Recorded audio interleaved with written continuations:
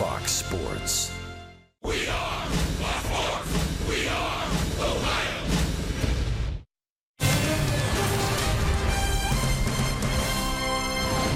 You can call these Reds the comeback kids after trailing 4-0 in a 4-game losing streak. Joey Votto on Sunday delivered a big go-ahead base hit. The Reds came from behind, beat the Cardinals. Then yesterday they're trailing the Buccos 2-0. Adam Duvall's 3-run homer gave him the win on the way to a victory over the Pittsburgh Pirates. Who delivered it? It was Billy Hamilton in extra innings. A double to right. The Reds have come back 2 games in a row, and the celebration began at Great American Ballpark. Welcome back to the big ballpark by the river as Fox Sports Ohio brings you Cincinnati Reds baseball. Tonight it's the Reds against the Pittsburgh Pirates, game 2 of a 4-game set. Hi, hello, and welcome to Cincinnati, everyone. Along with the crafty left-hander Chris Welch and Jim Day, I'm George Grant. What a difference a couple of days make. Reds have gotten some good pitching, number 1. They've gotten some key hitting, number 2, and they look for more of that from Scott Feldman tonight. Well, he's been steady Eddie for the Reds, really exactly what the Reds thought they would get when they signed him in the offseason. They didn't know he was going to be the opening day starter, but hey, this guy's pitched like one anyway. He has had 3 runs or less, earned runs that is, in 4 of his 5 starts. So really anytime Brian Price pencils him in the lineup, there's a good chance he's going to keep this team in the ball game. And when you stay in the ball game long enough, somebody usually comes up with, yes, good pitching, but good hitting too, and that's what the Reds have done the last couple of days. Adam Duvall and Scott Schebler have had big hits. You know, Jim Day alluded to it last night about Duvall spending some extra time in front of the video monitor down when the Reds were in St. Louis. He had hit a real cold streak. Whatever he figured out, he has really put it into play because he's hitting the ball extremely hard. And Scott Schebler, well, he started hitting the ball very well when the Reds went on this recent road trip, especially in the city of Milwaukee. So hopefully he can keep it going. Those corner outfielders right now are getting it done. Getting it done, that's the story. Sometimes it's the hardest hit balls, sometimes it's the softest hit balls. That's all Billy Hamilton leaded last night. And coming up next, Jim Day will be by. He'll tell you the story about Billy on the base pass and Billy with the happy feet giving the Reds a W.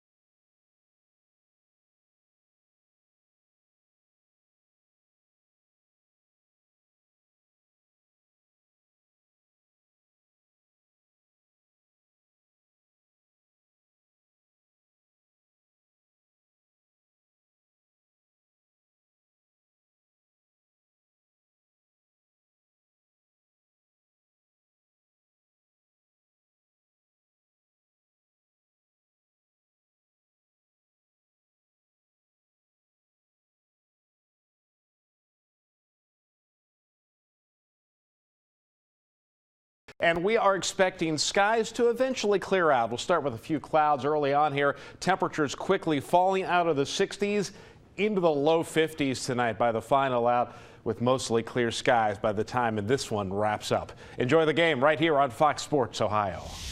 Anytime your leadoff hitter is the spark plug of the game, it is usually a good night in baseball. And last night it was Billy Ball all the way. He was bringing the energy. It's our IGS bringing the energy. And Billy Hamilton is riding an 11-game hitting streak versus the Pirates. And when he gets on, it's a triple sometimes. He stole second, he stole third base. He has 43 stolen bases in his career versus the Pirates, and that is 16 more than any other team. And the big moment of the night, though, in the 10th, RBI double, a walk-off hit for Billy Hamilton, the second of his career. And not only did the Reds need this to kick off the homestand, but they needed to snap out of the spell of extra innings here at Great American Ballpark. Believe it or not, it's the first extra inning home win since 2015 versus the Tigers. They had lost their previous 11 games that went to extra innings, and they tied the MLB record that St. Louis set many, many years ago. So they got off the schneid last night, but they continued their success against the Pirates. 5 is alive, at least the Reds hope so, going for their 5th straight victory in 2017 over the Buccos. George and Chris are standing by with the call.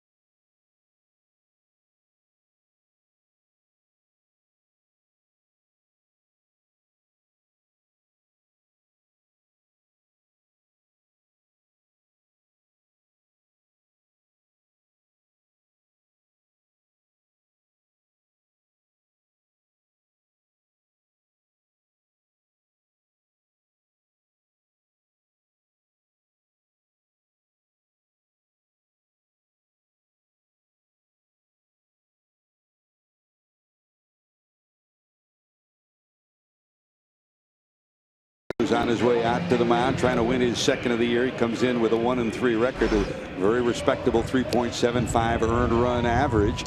And here's the Menard starting lineup that the Pirates and Clint Hurdle will toss at you. Hurdle, in his 7th year as a manager of the Pittsburgh Pirates, will send local product Josh Harrison, who had 2 home runs, his first 2 home run game of his career last night, into the leadoff spot once again. He's got his average over 300. He's been over 300 all year as a leadoff hitter as well. Josh Bell back in the number 2 spot. McCutchen hits 3rd. John Jaso will be in the lineup, the left-hander against the right-handed throwing Feldman of the Reds. Osuna, Diaz, Hansen, Mercer, and the pitcher Glasnow. And here's the big right-hander, Chris, looking for another key performance for the Reds. He's been solid. Well, that's a great way to put it, George. He has not been overpowering. Although he has struck out nearly 1 batter for every inning, but he keeps his walks down for the most part. He keeps the ball down in the strike zone, not afraid to pitch inside, even though he's not overpowering. And he's just a good guy to model yourself after. If you're a young pitcher in that dugout who has a much better fastball than Scott Feldman, you can learn a lot from watching a veteran like him pitch. How he goes about his business, where he moves the ball in and out. Tonight he'll be pitching to Devin Mesoraco, and they have not hooked up obviously this year. They did see each other a little bit in spring training. Here's a 1-ball, 1-strike delivery. Talking about not hooking up. This is the first time he's hooked up against the Pittsburgh Pirates since 2010. Of course, he's had a long and storied career. Feldman in the American League pitched for the Texas Rangers, the Chicago Cubs, Baltimore, Houston, and Toronto before coming here signing a 1-year contract this year. Breaking ball on the inside corner for a strike, and Josh Harrison is punched out for out number 1 here in the first inning. Your home plate umpire is Vic Carapazza. Tommy Hallion is at first. Mark Rippinger is your second base umpire. Phil Cuzzy down at third. Carapazzi is right on that inside corner right there, and according to our Fox tracks, it hits right on the edge. There's a front door breaking ball and a back door breaking ball. That is the front door variety. Don't you hear me knocking? I hear you knocking, but you can't come in. That one came in perfectly. Here's Josh Bell, the switch hitter, playing first base. Mostly an outfielder through his minor league career and still adapting to first base. But the one thing you can say, he's got great offensive capabilities. In at 247, 4 homers, 8 knocked in on the year. The switch hitter who will go the other way, both left-handed and right-handed. He'll drill the ball to left and left center from this side and right center when he hits from the other side. Great young athlete and regarded as a future outfielder on a club, Chris, that had a whole bunch of outfielders coming through the system, so they moved him to first. 2 balls, 1 strike. Hit hard down to Peraza. Jose has it, and there's 2 away. Now check your forward defensive alignment for the Reds. Defense a key for the Reds so far this season. They may be the best defensive team in the league. They've been outstanding. Only 9 errors on the year. Compare that to 24 errors by the Pirates. Adam Duvall in left, Hamilton in center, Schebler in right, Suarez back at third, Cozart, Peraza the double play combo, Votto down at first, and it's good to see this guy behind the plate, Devin Mesoraco. He came in for a pinch hitting appearance last night. Mesoraco did, but they're going to try to get him and Tucker Barnhart pretty much to share the catching duties every other day.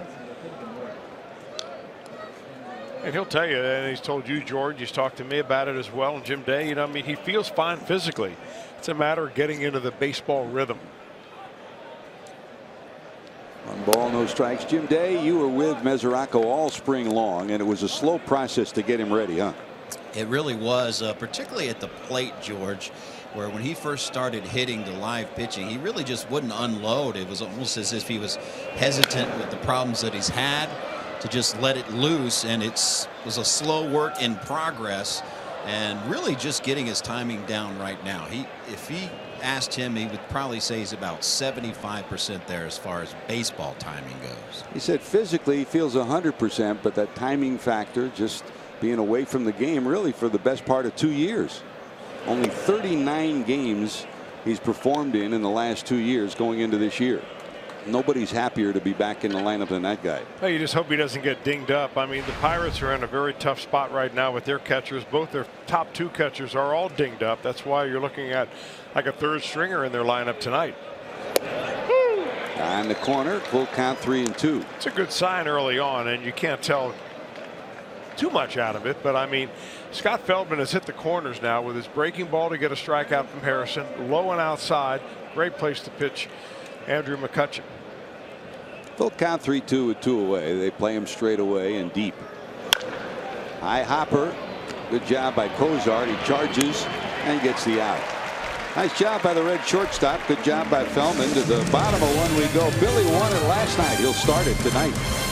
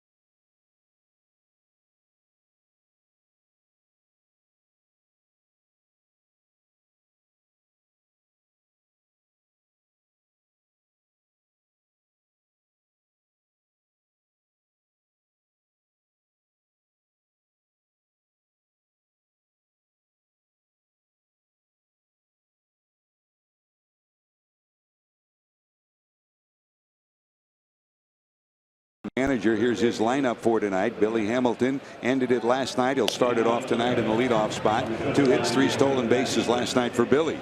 Zach Cozart in the number 2 spot, followed by Votto. Adam Duvall had the big 3-run home run last night. Suarez, Schebler, Jose Peraza, Mesoraco in the 8th spot, and Feldman, the pitcher, bats in the 9th spot. That is your Mazda starting lineup for the Cincinnati Reds as we're ready to get underway. They'll face Tyler Glasnow. They faced him once already, Chris, and it was not one of Glasnow's best performances. Big, tall right-hander. He's 6 feet 8 inches tall. He's only 23 years old. He won't be 24 until almost at the end of the summer. So he's making his way through the major leagues for really the first time. And when you're big and tall like that, you have a hard time repeating your delivery. And that was his problem against the Reds. He walked and walked and walked them. Even in his last start, which was not all that bad of a start, he walked 4 3 1/3 innings. Billy shows bunt. And it really ought to be the strategy of the Reds is make this guy throw the ball over the plate, because he simply could not do that his last time out. That's when the Reds saw him in Pittsburgh. That was an inning and 2/3, gave up 5 earned runs and 5 walks. Lost that game 7-1. I mean, it really was so bad in that game that even if you're a Reds fan, you felt sorry for him, because he tried to throw the ball right down the middle. And we've all seen this, mainly at high school level, even below, where you just can't do it. 3-0 to Billy. That's a strike. And, you know, you look at different things as players come through the minor leagues, and he was brilliant in the minor leagues. He struck out a lot of batters. And that's something that many people will look at as they set up Diaz on the outside corner. That is ball 4, and Hamilton is on. But more often than not, a better indicator is not how many people you strike out, but how many people you walk per inning. And throughout the minor leagues, he walked a lot. That was an indicator where he is at the major league level, too.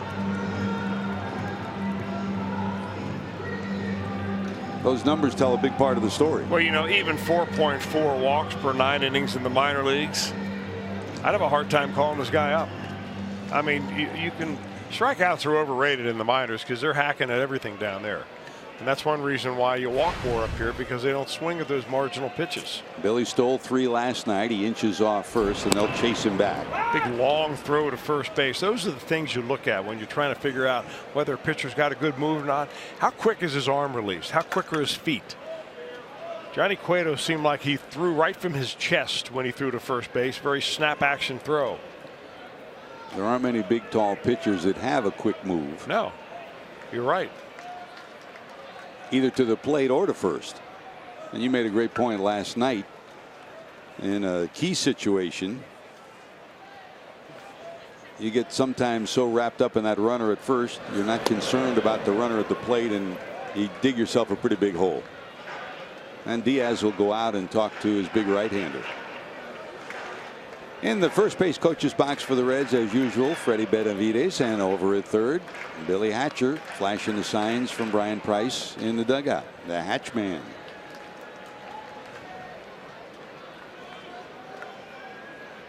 One ball to Cozart, in at 333, a homer, 9 knocked in. Big lead. There goes Billy, gets a 3-step lead. This guy at the plate has a gun, but Hamilton still steals it. If there's a calling card for Elias Diaz, it's his arm, and you got a pretty good picture there. Billy should have been cruising in, but he made it a lot closer than you thought it would be. Well, he had a big lead, and even though it was fairly compact throw to the plate, you're not going to get Billy when he gets off that far. 14th stolen base of the season for a guy who should have 2 stolen base titles to his credit in 2 years, but the last 2 years he's led the league in stolen bases going into September. Both years he ended up on the disabled list and didn't win the stolen base title. Down to third. Past Hatcher and foul. 1 ball, 2 strikes.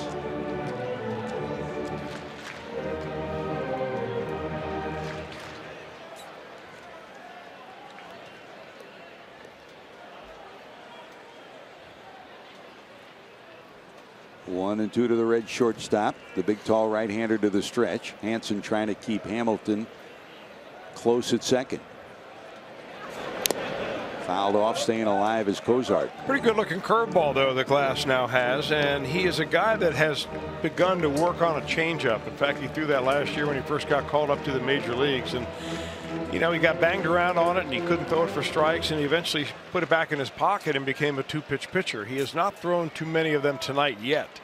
We'll see if that becomes a pitch for him for the Reds to have to figure out.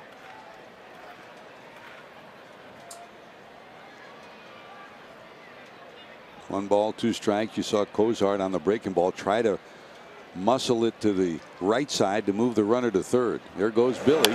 Here's a dribbler down to third. It rolls foul. I mean, Billy had designs on rounding third and maybe trying to score if the catcher Diaz had gone after that.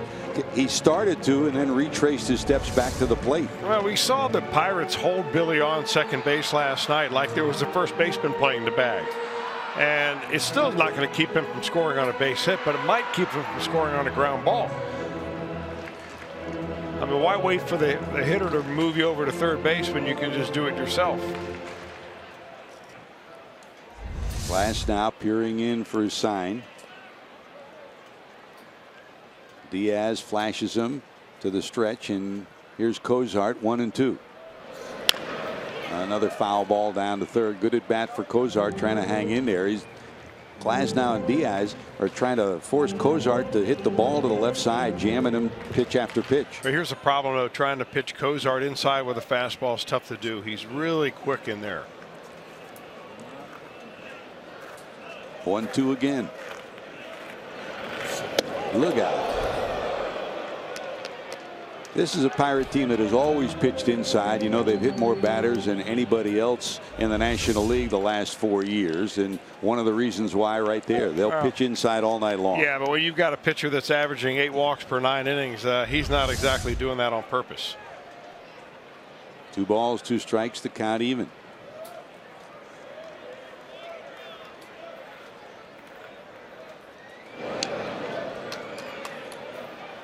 Hansen is essentially standing right on the second base pad. Yeah. I mean, they're just trying to make sure that Billy Hamilton just doesn't take third base too easily. One thing Clint Hurdle will do, the manager of the Pirates, he'll employ a lot of different tricks and defensive maneuvers, positioning. He's a little like Joe Madden in that respect, not afraid to think out of the box. Now, Cozart last night went down 1-2 and 0-2 twice and still worked counts even or to full. And he does it again. No one has seen more pitches in the National League than this guy. And he's back to 3-2. Hadn't thrown a fastball for a strike. I got to figure this is a hook. 9th pitch of the at bat. Will it be? Billy's in his head. Yep. That's Billy ball to its prime extent. When he gets you thinking about him and not the batter at the plate, he's done his job. There he goes in the dirt. He'll go to third. Cozart will go to first. Great at bat for Cozart. A 9-pitch at bat for the Red shortstop. Hamilton steals his second base of the inning. He started with 2 stolen bases last night in the first inning. He's now got 15 on the season. And for his career, closing in on the 200 mark, 199 career stolen bases for the Red center fielder.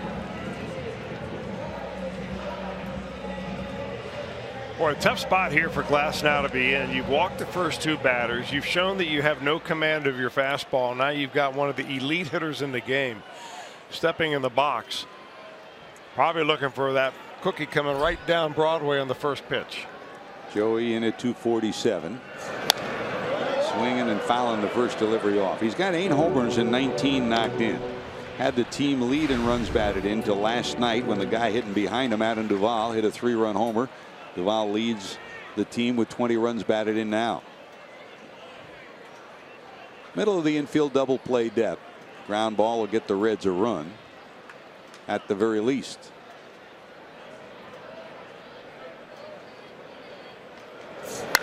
This one drilled to center field.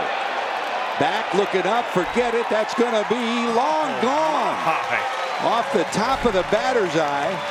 Now, Joey said it, sometimes I try to elevate, and sometimes it goes out of the ballpark. But boy, did he elevate here, and boy, did this go out of the park. Votto hits home run number 9. A 3-run shot gives him 22 runs batted in on the season. That's V for Votto, Chris. Well, he had a really good swing on the very first pitch. 92 got it by him. 95, well, that's hitting speed for Joey. I mean, Andrew McCutchen took about 2 steps and then just stopped. No, I'll get it on the rebound. I mean, that ball nearly went into the pilot house. The top of the batter's eye, right next to the sign, the business Phioptic sign, right above that.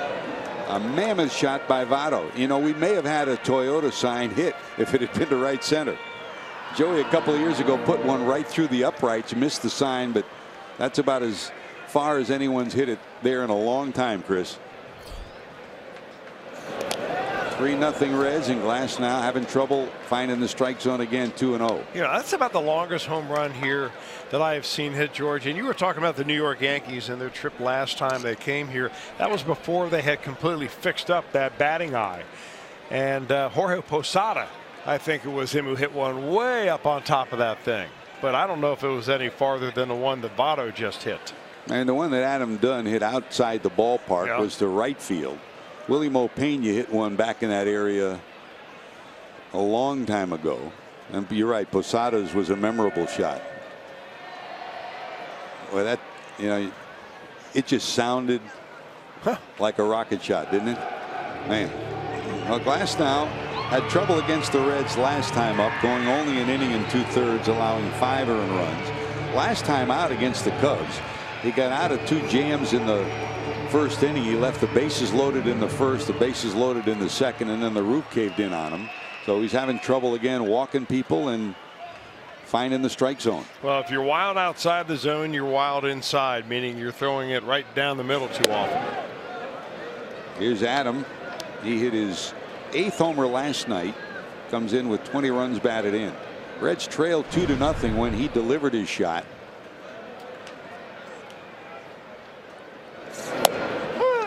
A superbly pitched game last night by Amir Garrett of the Reds and by Garrett Cole of the Pirates. Duvall's round tripper turned the game around. Josh Harrison wound up tying the game, and Hamilton won it in the 10th. For those that weren't watching last night, Chris, I think your report card from Adam Duvall really showed you he bounced back after a poor performance against Milwaukee. Real pros do that. I mean, you know, you're always going to go through some hot spots and then some cold spots, and you know, you got to figure out what you have to do to get yourself back up on top. And one thing is not chasing bad pitches, and you know, the tendency is to do that after the guy in front of you just hits a home run. You're thinking, well, I got to hit one too. What do you do if you're Ray Searage and you come out and talk to this big right-hander? I warm up the bus. Yeah.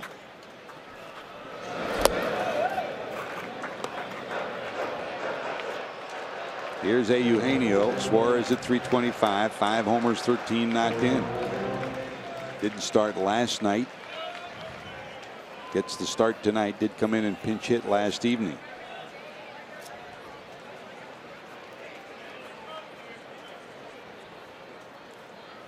Short lead for Adam down at first. Still no one out here in the bottom of the first inning. 3-0 Reds.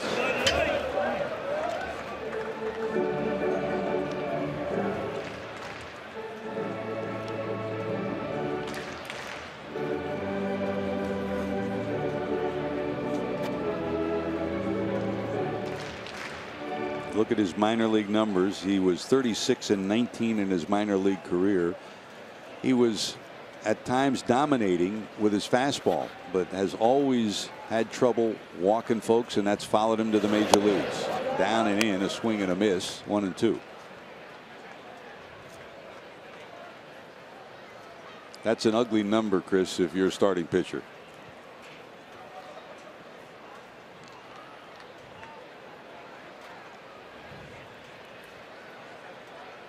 One and two.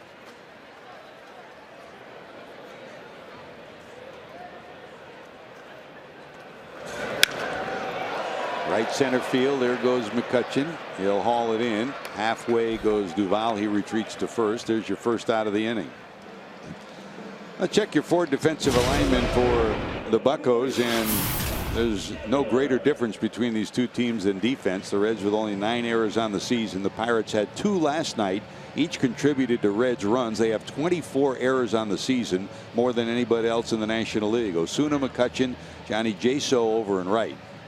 Harrison, Mercer, Hansen, the second baseman tonight. Bell back at first, and Diaz behind the plate. McCutchen, of course, started the year in right when Starling Marte was suspended for 80 games for a PED violation. He went back to center where he's much more comfortable. And tonight, at least, Gregory Polanco not in the lineup to start the game. And that means Osuna moves from right to left tonight. There's Schebler. Jose Osuna, your left fielder. Schebler 8 home runs of his own and 15 knocked in.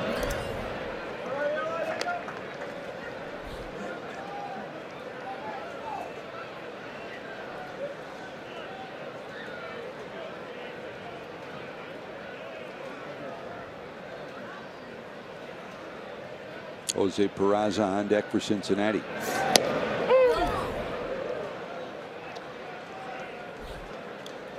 There's your breaking ball, clips the inside corner, 1-2.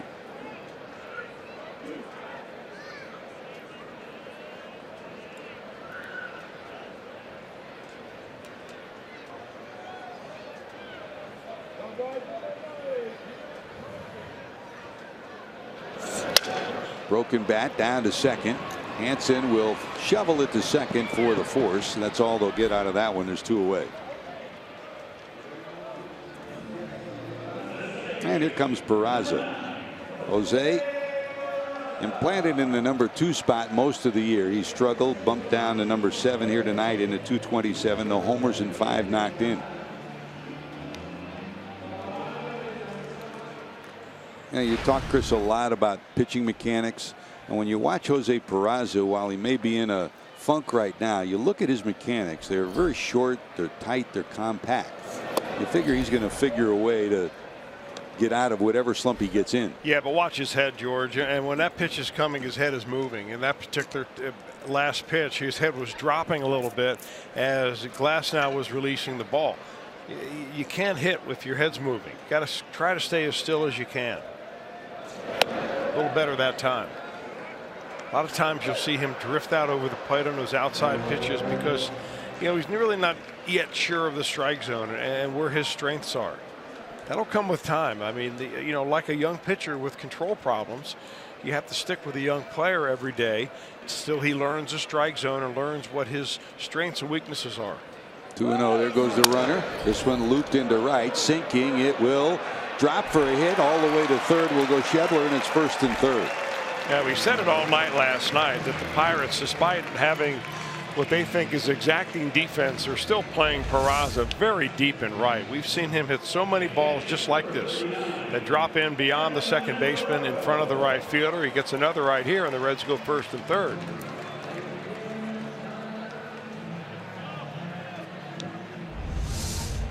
Jaso, predominantly an infielder in his career, has just started to play the outfield, trying to get another bat in the lineup is Clint Hurdle.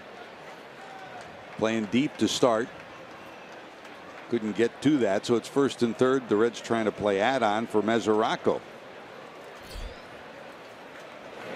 3 good at-bats in his first 2 games back. Worked a walk and a base hit in St. Louis and worked another walk last night.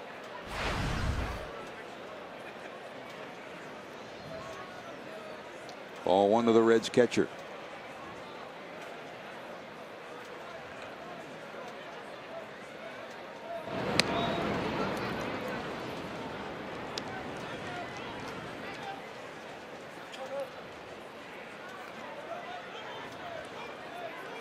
First inning woes against Cincinnati on April the 10th. Looks like an instructional league line. Mm-hmm.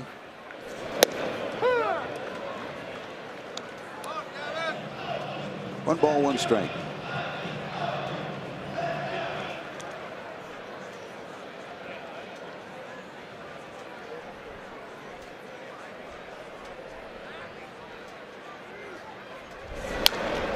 Nubbed foul. You know, Chris, after watching him in April and then again here today, he kind of reminds you a little bit of Homer Bailey when Homer first came up.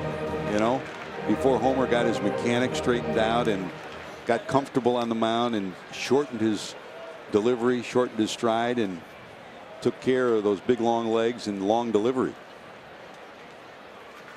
1 ball, 2 strikes. This one hit high in the air, right center field. McCutchen will have room this time, though. At the edge of the warning track, he'll haul it in. The Reds will strand a pair, but more importantly, Joey Votto delivers a bullet to center field. For Votto, 9 homers, 22 knocked in, and the Reds lead it 3-0.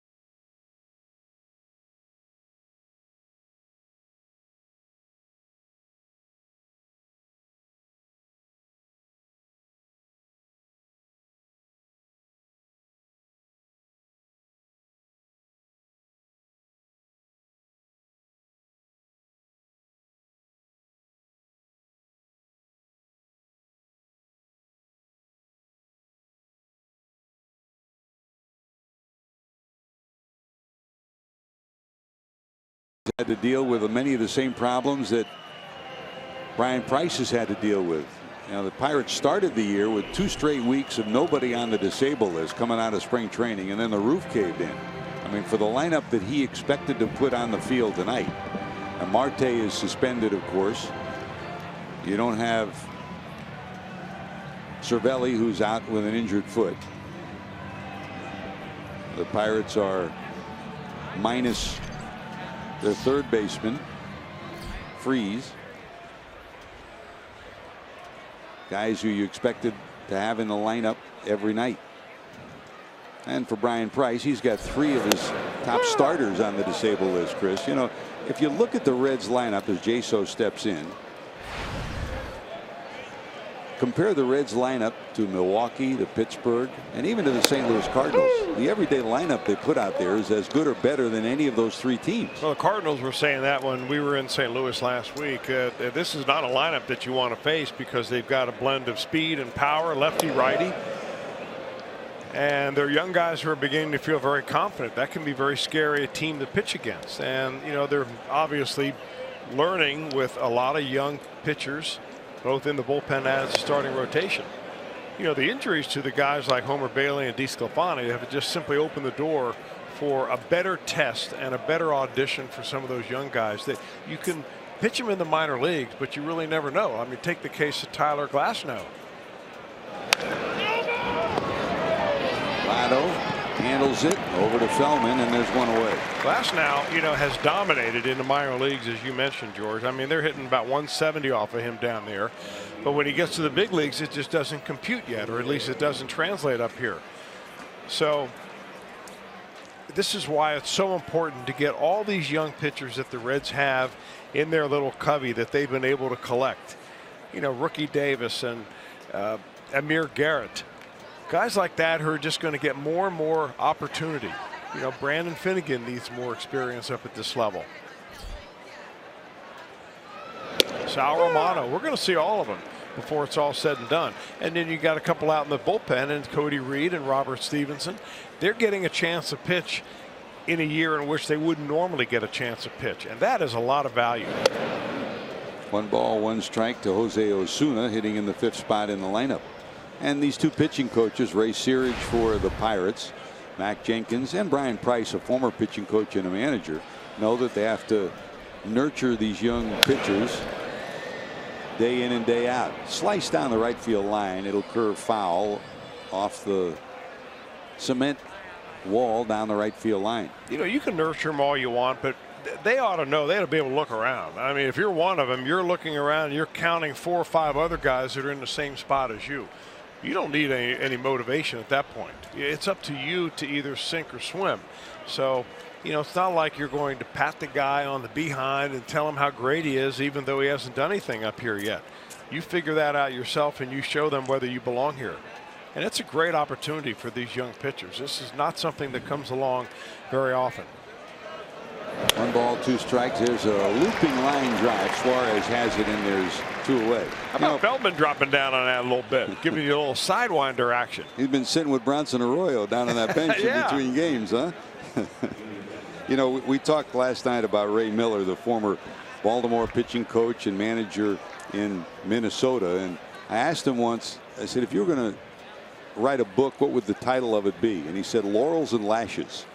Because as a pitching coach, you have to take the young pitchers that you have and laud them, put laurels on their shoulders, and then you've also got to lash them to let them know that they've got to be better to win at this level. I don't know that he ever wrote the book, but boy, he was a darn good pitching coach. Yes, he was. Strike 1. That's inside for a ball to Elias Diaz. Cervelli still an injured foot, keeping him out of the lineup. Stewart started yesterday, and Diaz gets the start here.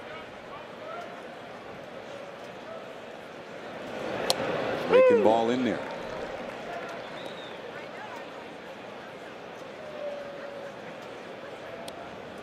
One-year deal. Feldman signed with the Reds and giving the Reds a veteran presence in the starting rotation. Did he check it? Yes, he did.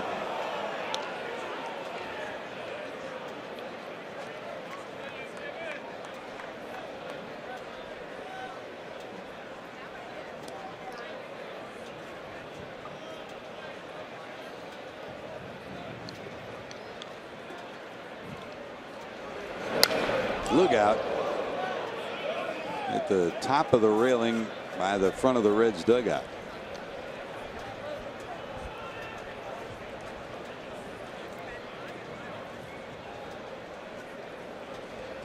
Doesn't look very strong, but thank God it was. That'll wake you up.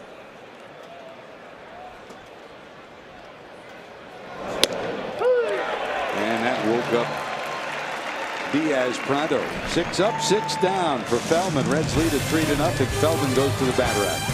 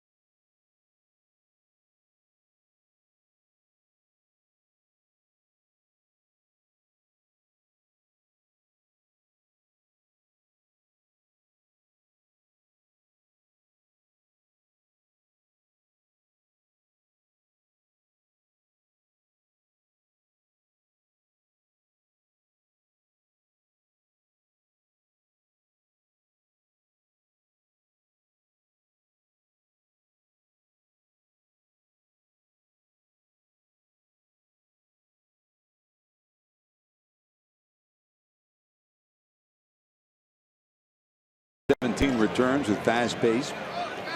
Pick up and play MLB action with all your favorite MLB teams, players, ballparks, and a whole lot more. Get RBI Baseball today for Xbox One, PlayStation 4, and mobile devices. Learn more at rbigame.com. Glass now back on the mound. And here's the Red starter, Scott Feldman. The Reds send 8 to the plate in the first. 3 walks, 2 hits, the big shot, a 3-run homer from Joey Votto. And the Reds have a 3-0 lead.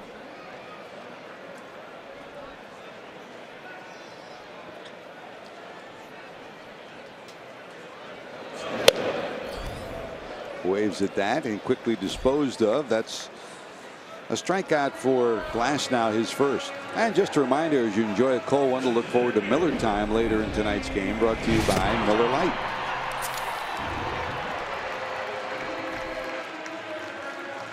Here's Billy. Walked, stole a couple of bases, now 15 bags on the year for Hamilton.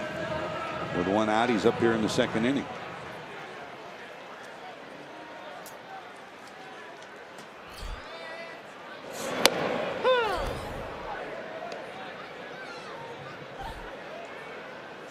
An inning and a third so far, Chris. The best pitch he's throwing is that breaking ball.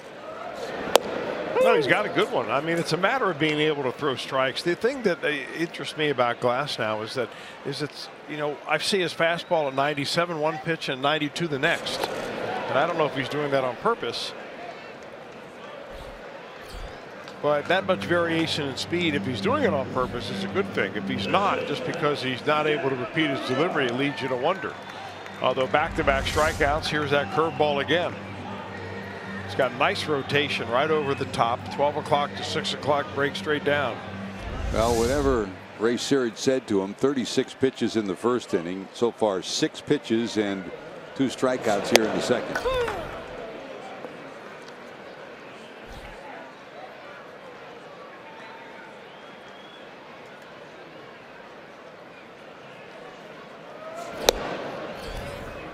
Those last couple of pitches here, he is all of a sudden relaxed. If you watch how long his stride is, he does get very good extension. So you can see where he has certainly some serious promise. First ball he's delivered in this inning after 8 straight strikes. 1-2. Bozart fouls it off. Oh, maybe Searage did tell him they had the bus warming up. I mean, you got 2 tall pitchers on the mound today, but that is one long stride right there. And the longer your stride is, if you can get out over your front leg, in his case his left knee, you're way closer to home plate than it appears, and that's why that fastball has a little extra giddy up on it. Struck out the side here in the second. Here we go to the third. Reds still lead at 3-0.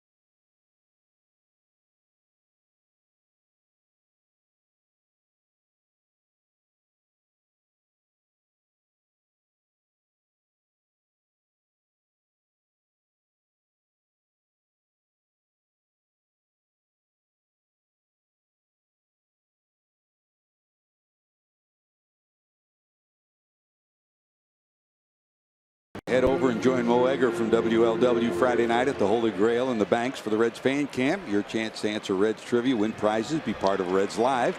Party starts Friday at 5:30 at the Holy Grail. You want to have some fun, stop by.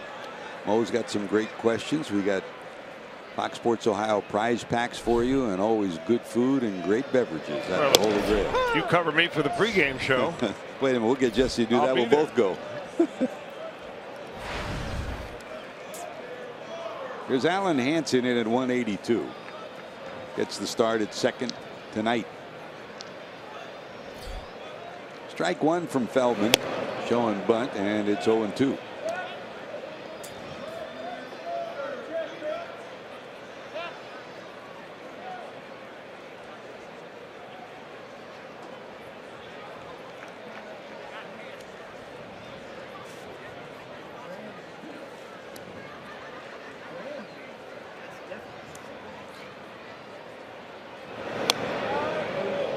Breaking ball misses. 2 balls and 1 strike.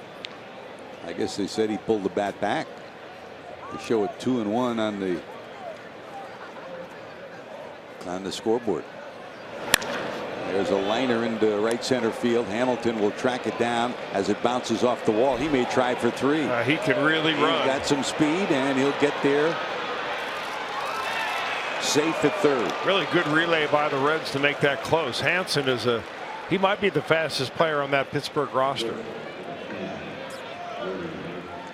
Billy Hamilton plays everybody shallow. In fact, in the years in which these teams are now beginning to play their center fielders a little deeper, Hamilton's gone the other way. He's about 10 to 12 feet shallower than most everybody else. This ball gets the gap. I say a good relay. It was even a good relay by the backup guy, Cozart, who got that after it went underneath the glove of Peraza. Made it a lot closer than it looked as the speedy Hansen winds up at third. Nobody out. Here's Mercer. He stole 36 bags down last year at AAA Indianapolis. Hansen did. So the Pirates on the verge of trying to get one back here with something out of the infield. Reds are going to give it to him with the infield back. That'll get it in. Schebler going back at the warning track, looking up. It's off the base of the wall. That'll get a run in. And Mercer cruises into second with a 2-base hit. So a triple, then a double, and the Pirates are on the board. It's a 3-1 game. Bottom part of the lineup sneaking up on Scott Feldman.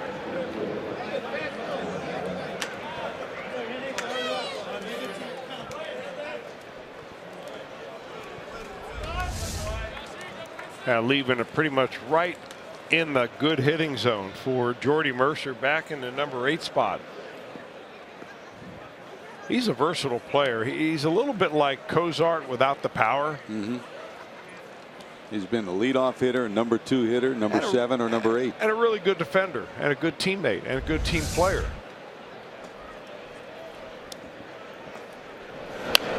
Look out. Ooh. Fouled over the dugout of the Pirates. And it looks like it hit chair. That's good news.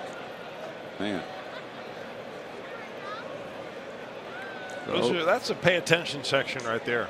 Yeah, I think we would all agree after everything we've seen, Chris, that the netting is valuable all the way down that line. No balls, 1 strike. Showing bunt this time is Glasnow. Gets it down. They got a shot for the runner at third, and they will nail him. Good job by the pitcher, Feldman. Great job by the third baseman, Suarez, and a bad job with the bunt by Glasnow. Well, you're exactly right. You bunt it right back to the pitcher, and it's an easy call. The big key on this is whether Suarez is going to stay at home, meaning is he going to stay at third base? And he realizes that immediately Feldman's going to go ahead and get the ball. All he's got to do is apply the tag. Perfect throw by Feldman. Good job defensively. So the Reds get their first out of the inning after a triple and a double. And now the pitcher's anchored down at first. Back to the top of the order, Josh Harrison. Well, that is a rally killer. I mean, I don't know what's going to happen here the rest of the inning, but you know, they got a chance with a fly ball to, if he's able to get the bunt down. A fly ball makes it a 1-run game.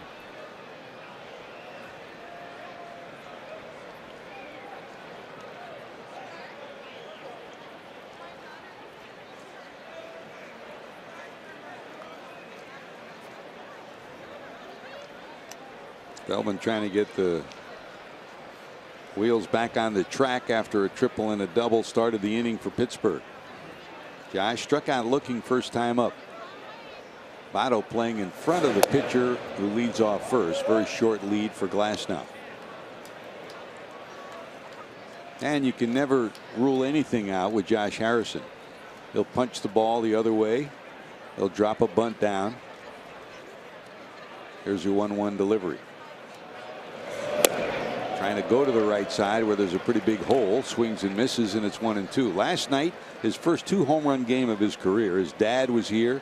Some family members were here. Mom made it tonight. She was babysitting last night. There's Dad in the middle with a couple of his buddies. Happy night for the Harrison clan last night. You're not kidding about that.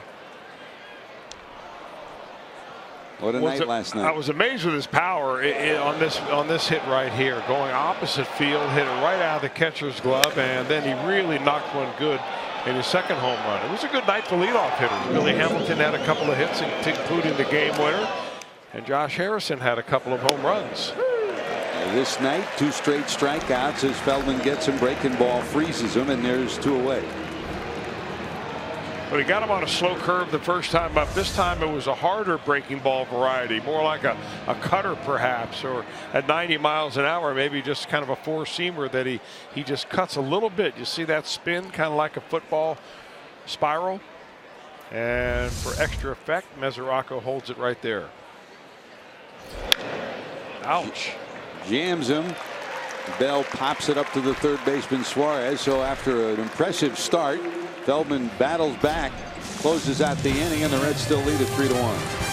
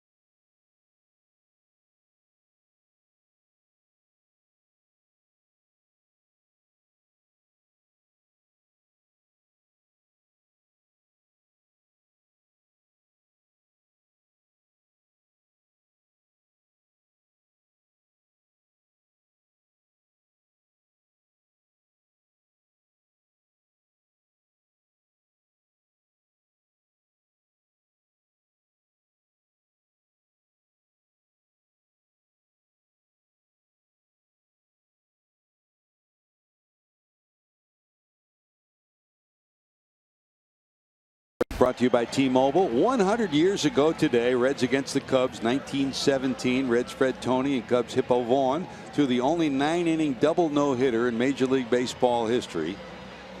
Hippo allowed 2 hits and 1 run in the 10th. Tony completed a 10-inning no-hitter. The Reds won it 1-0. Jesse, you were there. How many were at the ballpark?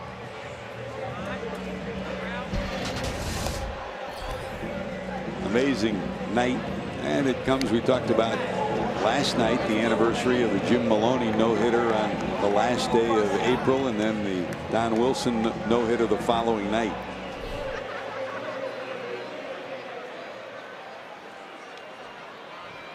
Double no-hit action. When you say no-hitter, though, the only name that really rings true time and time again is Johnny Vandermeer, back-to-back. That's unbelievable, Chris. That's be a tough one to break, won't it? Everybody gets one, and then the second time out, it's a watch. Here's Joey. Talk about watch. Watch him. Votto delivered his 9th homer. A 3-run shot in the first after walks to Hamilton and Cozart. There's your 3 runs for the Reds. Takes a little off, way out in front. 2 balls, 1 strike. That's a nice pitch for Glasnow. That is a pitch that he has been developing, that changeup. I mean, his fastball, as we've seen, has gone from mid 90s to high 90s. Take about 10 miles an hour off that pitch with a good arm action.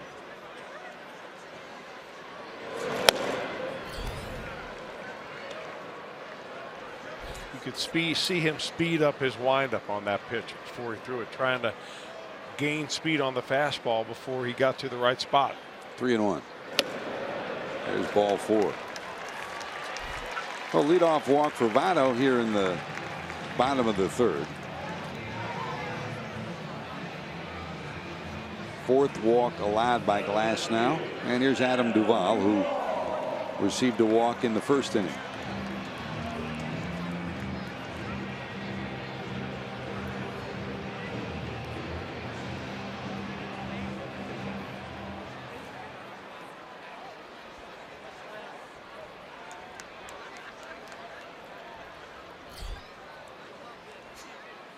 The big right-hander from the stretch hits the outside corner for a strike.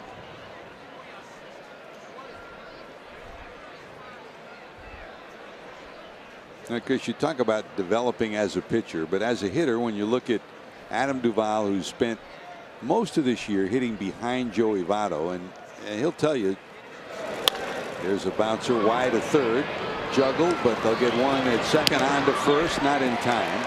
Safe at 1st is Adam Duvall. You sit behind Joey Votto night after night in the on-deck circle.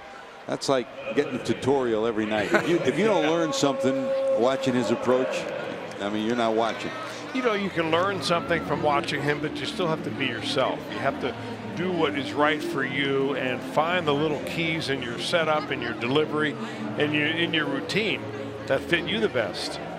I think Votto preaches that. I mean, he'll tell you right up front, what I do is not for everybody. You've got to be your own guy, and I think that's what you can learn the most out of by watching him, although there are some things that you can pull and adapt to your style too. Starts with work ethic, doesn't it? Yeah. The specifics may change, but the work ethic is a key. Here's Suarez. Fly to center first time up. That's high for a ball. 36 pitches in the 1st inning, so the number for Glasnow already over 50. We're in the 3rd. He had 59 pitches in his first 2 innings against the Cubs his last time up. That's why I only went a little over 3 innings.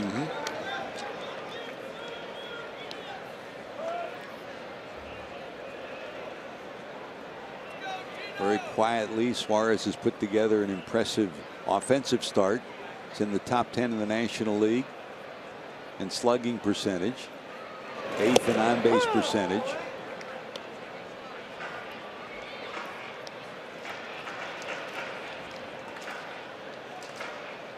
Two balls and a strike.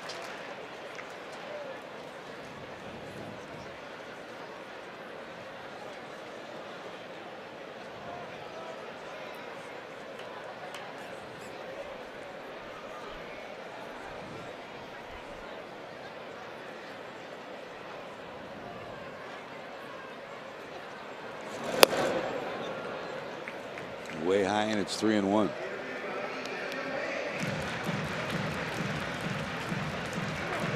Billy Hatcher rolls through his signs on the 3-1 count. Reds have speed, and they've been more aggressive on the base pass. Chris, you watched just about every game in this first month plus of the season. You're down in spring training. Here's Glasnow to the stretch. Here's the 3-1.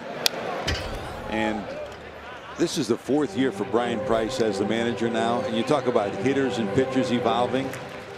It's not easy to manage at the major league level. And I think the dynamic of Brian Price and Jim Riggleman has worked in the last year plus. And I see, you don't want to say much improved, but I see a manager who's finding his niche and comfortable with who he is and what he is managing this club. There goes the runner. Here's a slicing ground ball, backhanded but bobbled. They'll get nothing at first, and they'll finally get second, and they'll finally get the out at first. Well, Hansen made the best out of a bobble and gets the out at first. So there's a runner at second. What Alan Hansen does right here is really something that every young infielder ought to pay attention to, because sometimes the tendency is that when you bobble a ball on the first try, you hang your head and you're angry and you want to go snatch the ball up and look around. But he stays with it. Not once does he bobble it, but twice, and still gets his man at first base. Good recovery by Hansen, second out of the inning, but the Reds have a runner in scoring position.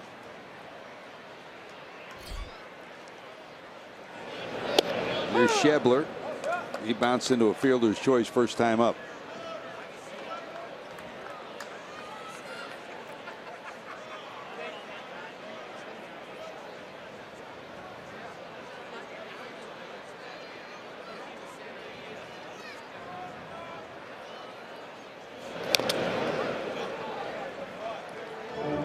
Schebler's not seeing much straight stuff now after the way he hit the ball beginning really in Milwaukee when the Reds were on that part of the road trip, and continued mashing the ball in St. Louis. He hit a lot of fastballs that he's not seeing quite as many anymore. They're trying to figure out the book on him. 0-2 to Schebler. Want the high heat here. Just missed catching up to that one. It stays 0-2.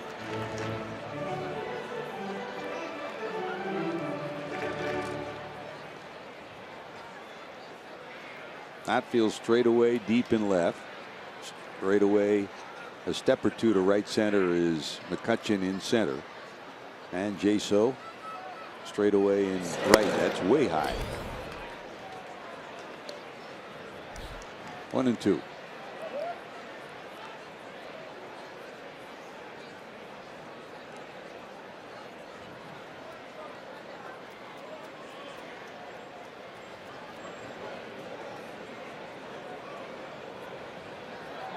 There goes the runner. That's dribbled to the right side. Glass now has it. He'll get the out that will end the inning. The Reds get a walk, nothing to show for it. Holding on to a 3-1 lead as we go to the fourth.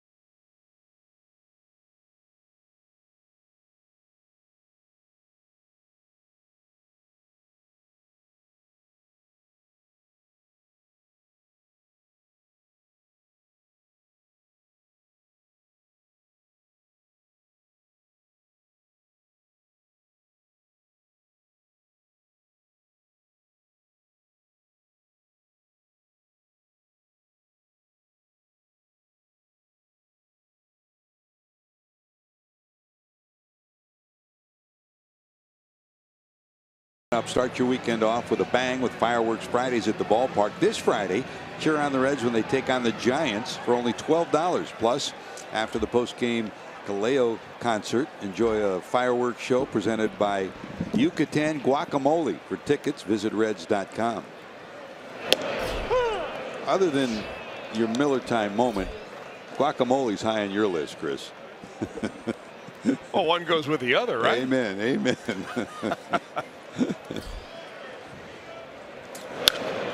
Big swing, foul ball to the right side by McCutchen. I make a mean guacamole, George, but I wait for those Cincinnati tomatoes to become ripe later in the summer. Hit all the farmers markets.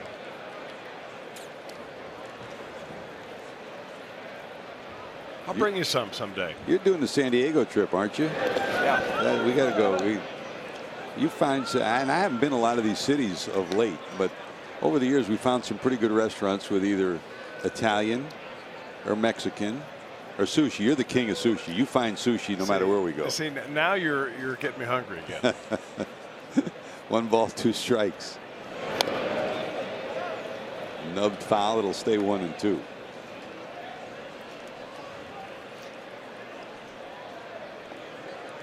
You know, Scott Feldman reminds me a lot of a Bronson Arroyo. I mean, he's got better fastball, but not a whole lot better than what Bronson had maybe 5 years ago.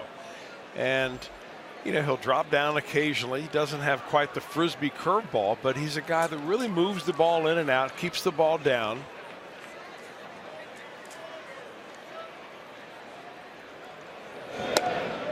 Miss it on the outside corner. He's kind of a working man's Arroyo. I mean, Arroyo does it with such flash and such style. You know, that signature delivery where he kicks his leg out straight. Well, heck, Feldman's only a kid. He's 34. Arroyo's 40, right? That's true. Yeah, but who's got the gray hair?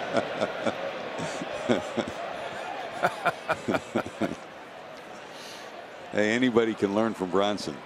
You know, and what do you learn? It's not so much how to throw a pitch, it's how to read hitters.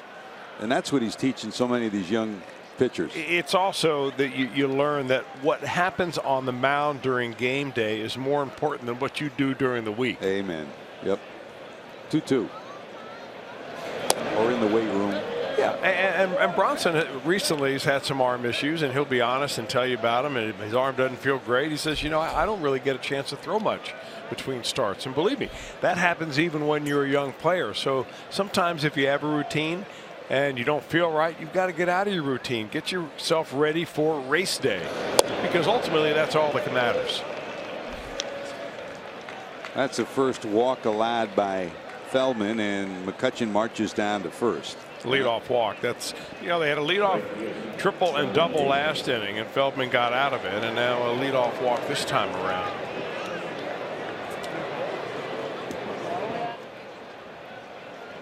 You like to see that number go down a little bit. So Feldman from the stretch now with Jaso coming to the plate. He bounced out to Votto first time up. McCutchen at one time book at 20 stolen base a year guy. The last couple of years he's been under 10.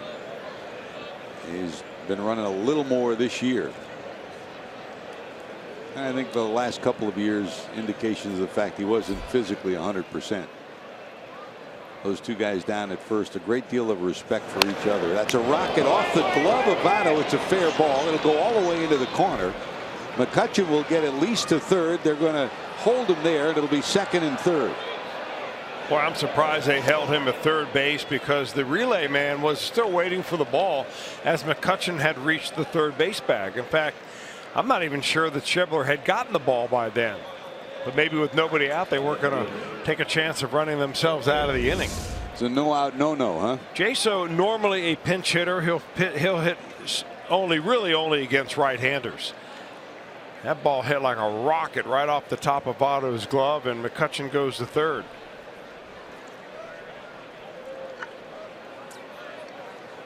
McCutchen can still run a little bit. So it's second and third, nobody out. And here comes Jose Osuna, who hit a soft liner to the third baseman first time up. That's a high hopper. It's going to make its way into short left. Can they get a run? Out they do. Great play by Kozar. Good reaction by Suarez. They turn nothing into something. Well, that is a gift, and the Reds will take it. You know, Jaso at second base thinks that this ball goes over the third baseman's head and it's going to be a base hit. But he doesn't plan on Zach Kozar being there to back him up. And as soon as Kozar fields it, hey, you see Suarez go into the bag, say, hey, thank you very much.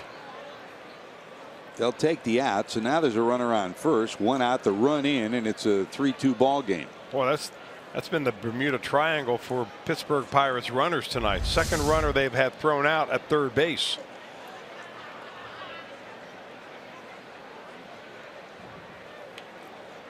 Elias Diaz, who struck out looking first time up, at the plate. Breaking ball, misses outside for ball one. I mean, if you're a runner in that situation where John Jaso was at second base, you have to make sure that ball goes into left field, because there's no way they're going to field it and throw the runner out of first base.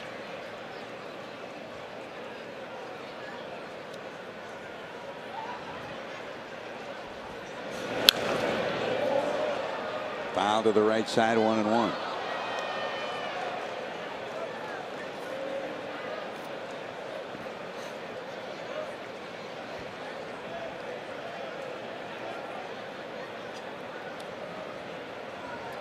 Jaso, normally a pinch hitter and a first baseman, getting the start to try to get another bat in the lineup in right field tonight. 1-1. Breaking ball out in front, but he holds, and it's 2-1. He's dropped down a few times already. Feldman has, but he'll throw the fastball from down there, the slider from down there, also a little slower curve from down there. That last one was more of a curveball variety. As Araujo rolls to his sign, short lead over at first for Osuna.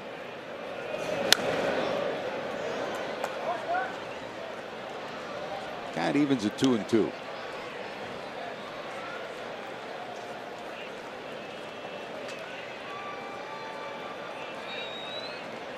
Hansen, who tripled last time up in the on-deck circle.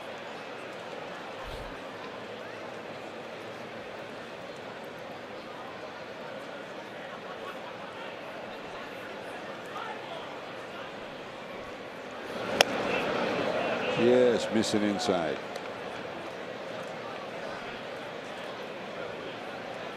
So we'll go 3-2 with one out. We'll see if Hurdle will put the runner in motion.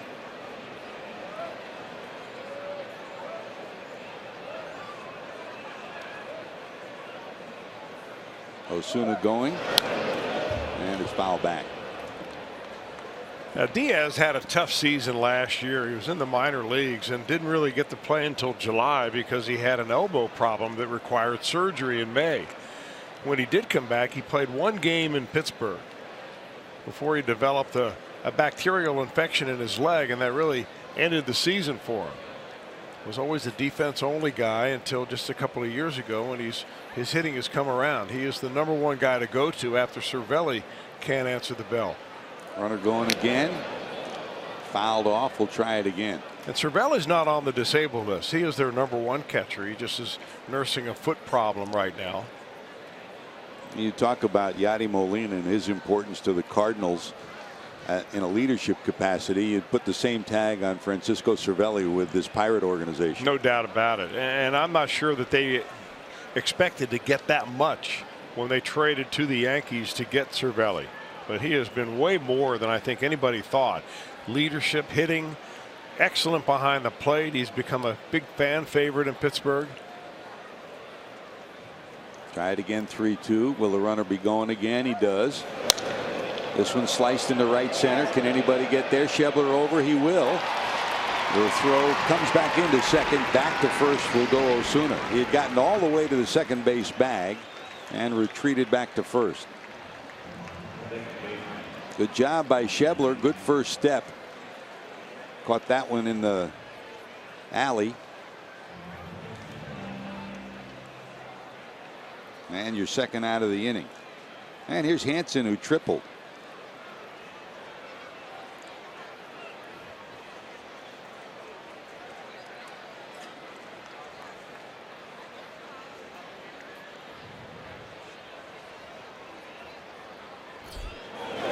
Part of the Pirate way has been to have versatile players. You know, Josh Harrison's the biggest one that comes to mind, but with all the injuries that the Pirates have had, the versatile players they have, like Harrison and of course Hansen here,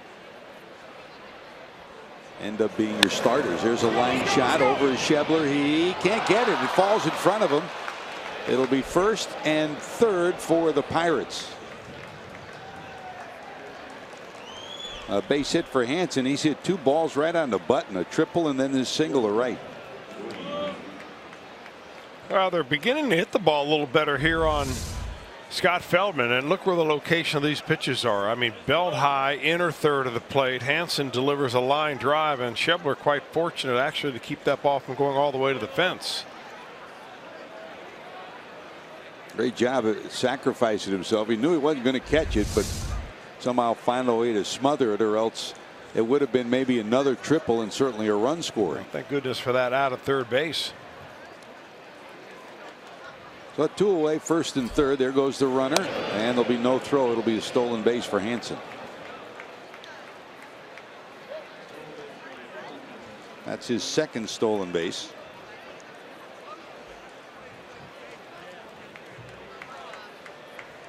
And they're going to wave him. And the 4-finger pass down to first base goes Mercer, and that'll bring up the pitcher Glasnow with 2 away, and the bases will be loaded.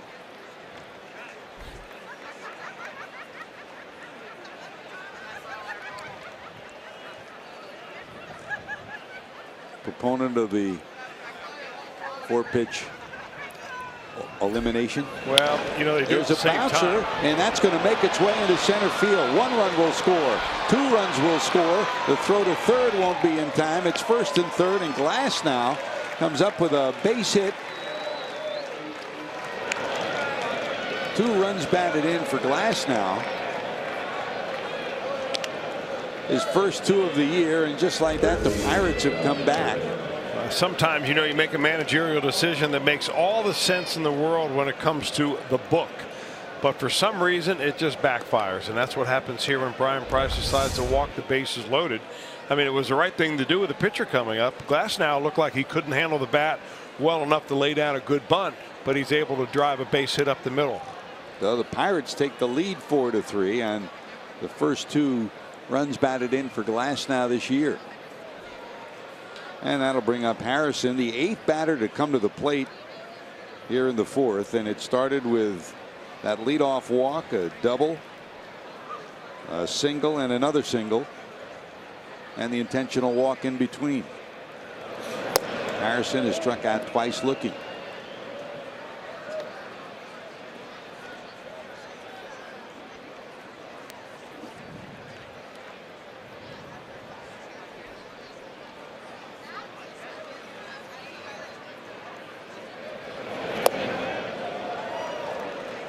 Waves at that, and it's 1-1.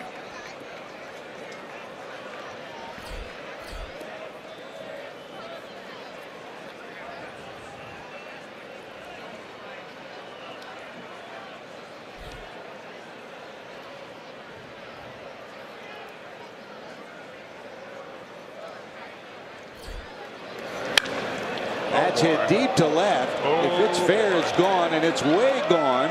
It's off the facade of the second deck. And Josh Harrison has hit his 3rd home run in 2 nights after Feldman handled him easily his first 2 at bats. And this one, Chris, another one in the middle of the plate, and the Harrison clan, Dad in the middle there, gets to celebrate again. Make it 7-3. The Pirates have come all the way back to take a lead on the Reds. Boy, this looked like such a one-way street, this ball game did, when Glasnow went out and gave up 3 in the first. I'll tell you what, you can't pitch Josh Harrison up in the zone like that. I mean, you may get a fastball by him now and again, but right now he is locked in. His 3rd home run in 2 nights. That was a big one. And that's really not where Feldman wants to pitch at all. Not up around the letters. I mean, we did a series of those Cincinnati Bell Tech Talks with Feldman, and he kept talking about keeping the ball down, using his 2-seamer, running that, even the 4-seamer, but always down around the knees, using an angle or a little downward plane. And he's just simply getting the ball up tonight. And he's behind here 2-0. Make it 3-0 to the number 2 hitter Josh Bell, the 9th batter in the inning. Well, he started most games in 2014, and he had 5 homers that year. Here he's got 5 homers already this year, including 3 in the last 2 nights. Suarez, a long run. Will he get there? He will. But it came 1 batter too late. for Scott Feldman. Harrison delivers another homer. The Pirates lead at 7-3.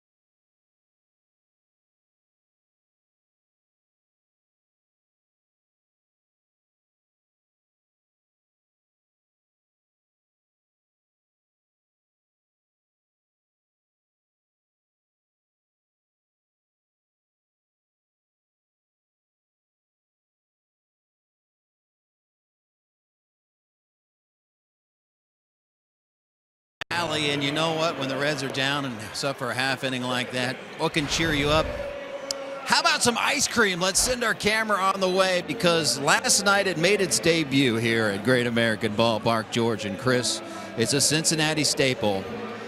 Grater's Ice Cream finally has a stand here at GABP. It's on the main concourse right by Gapper's Alley.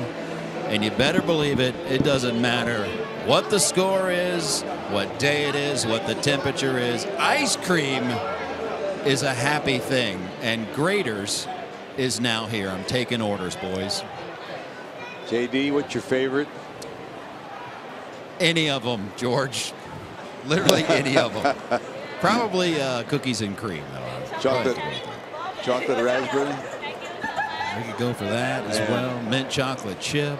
Yeah. So we know now when Jim Day, we look down in the camera booth and he's or the camera well, and he's not there. The first place we can look.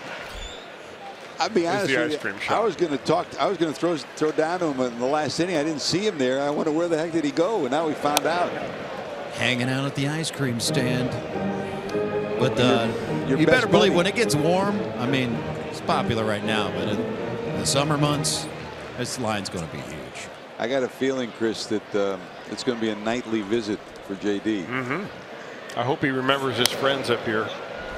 Doubtful. Popped into short left by Peraza. Mercer there, and there's one away. Peraza single first time up. He pops out to start the fourth. What a turnaround for Tyler Glasnow. Glasnow walked the first two he faced. Votto hit the mammoth home run to center. The Reds had a 3-0 lead. He later would give up another walk and a base hit, but got out of the inning. I mean, he walked three of the first four batters he faced in this ball game, and now he's winning 7-3. And I don't know what Ray Searage said to him, but since the Searage sermon, he's been outstanding. And Zaracco, high fly ball left center field. This is going to stay in the ballpark. Osuna there. And there's two away. Well, Searage has been known recently. His nickname has become the pitch whisperer. And he's a guy that really doesn't concentrate a lot on mechanics. They used to have a pitching coach named Jim Benedict in the system, who's an outstanding mechanics guy. And Searage and Benedict will work hand in hand. Searage now has to do it alone as Benedict is moving on to the Marlins. But Searage has raised his level of awareness, I guess, around Major League Baseball to the point of, beyond pitching coach, you become pitching guru. And he's had a lot of turnaround projects here in Pittsburgh, kind of the same way Don Gullett did for years and years here. That's exactly it. I mean, for Reds fans, the way that Don Gullett operated, almost identical to Searage. Very soft-spoken. He didn't worry a lot about statistics, mechanics. He worried about your head and your heart. Yeah. And he lets you figure it out sometimes. You know, it's not always an answer that you find in the mechanics book. And we wish Don well down South Shore, Kentucky, and across the river from him. Of course, we send our best to Gene Bennett. Listening every night. Feldman's night is done. Pinch hitting for him is Brian Price. Robert Stevenson loosening in the bullpen for the Reds. So Feldman staked to a 3-0 lead, now leaves trailing 7-3. Alcantara. You know, George, I talked to Scoop Al Oliver today, who told me, and he said, you know what, I will join you guys. I'll come up to one of the Reds Pirates games, whether it'll be in Pittsburgh or here. He's going to take a look at the schedule and going to join us in the booth and talk a little bit about those old rivalries when the Pirates and the Reds were going at it. That's a fair ball down the line into the corner. He may get 3 out of this. Rounding second, going to third. He'll cruise into third, and Hatcher will hold him there. So a productive pinch hit at bat for the speedy outfielder and utility player for the Reds. He's sitting at third with 2 away here in the 4th. Well, he pinch ran last night. Alcantara did, and he ended up scoring the winning run in that ball game. Pleaded by Billy Hamilton right down the line. You can see the chalk being kicked up, and it kicks all the way down around there, and it kind of eludes John Jaso. So Alcantara prances right on into third, and the Reds can pick up one right here. Here's Billy. Harrison in tied at third. Bell behind the bag over at first.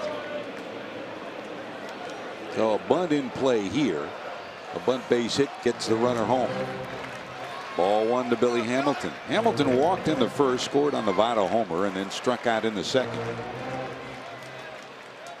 In the first, he stole second, then stole third. So now 15 stolen bases on the season for the Red center fielder. From the stretch is Glasnow. He wanted the call, didn't get it. And it's 2-0.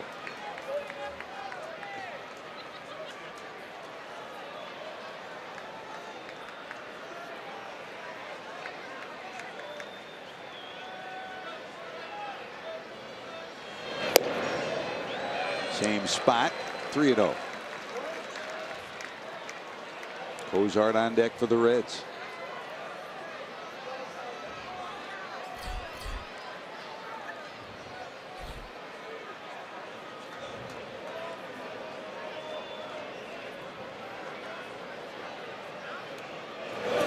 That's a strike.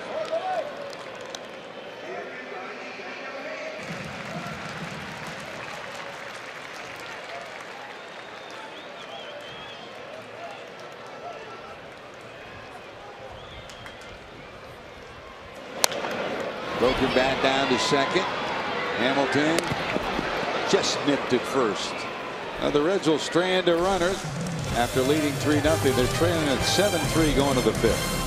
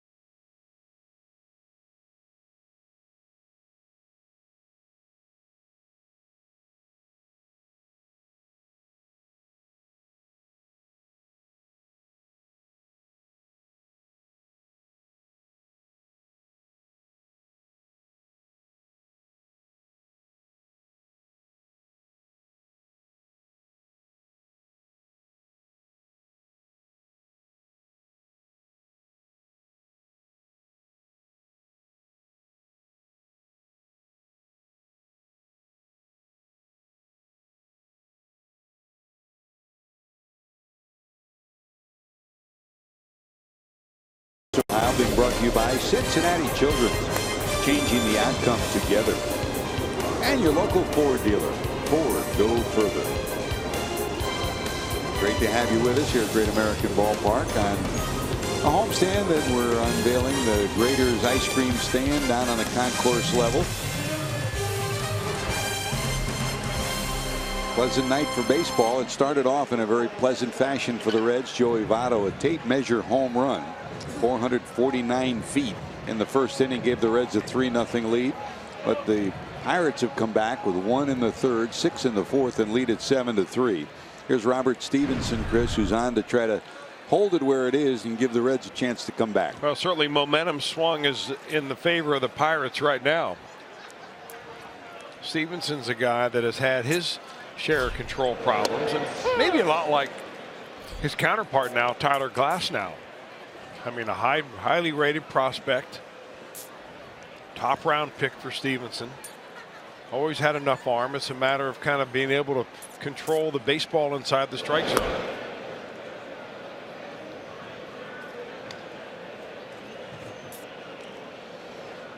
"24 years of age, native of California, still lives in California, facing the man who started the rally last inning, Andrew McCutchen. He walked a leadoff walk on a 3-2 pitch to start the fourth, and he later scored to start the rally for the Buccos, a rally that produced 6 runs in the fourth inning. McCutchen, the walk and a ground out his first time up. Here's the 2-1. That's wide. And we talk about the young Pirate pitchers. Cole, Tyone, and Glasnow. Same story for the Reds. You figure number 55, Chris, is going to get his chance to start some games for the Reds at some point in time. That's a strike, and it's 3-2. Well, you do, but the window of opportunity, you don't know how long it's going to be open. So if you're Stevenson, you've got to take every one of these relief appearances and know that it means something for you, because you earn your way into the starting rotation. The Reds have a lot of candidates. Hit hard over is Duvall. He's got it. Great first step from Adam Duvall to close the gap in left center field and flag down a bullet off the bat of Andrew McCutchen. I think Duvall's defense in left field is very underrated. He covers a lot more ground than we're used to seeing a Reds out left fielder cover. So when you combine Duvall and Schebler with the speed of Hamilton and the small outfield you have here at Great American Ballpark, I mean, there's not a lot of green area where that ball can fall in. It can be a good pick-me-up for a pitcher.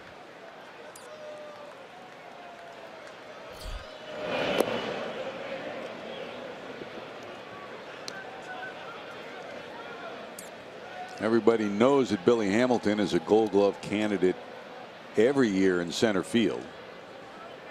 And Duvall, bursting on the scene last year with his bat, was highly regarded and a Gold Glove finalist in left field last year. Here's Jaso. He doubled to right first time up, put runners at second and third. Second time up, rather. First time up, he bounced to first. It's a nice changeup that he threw there.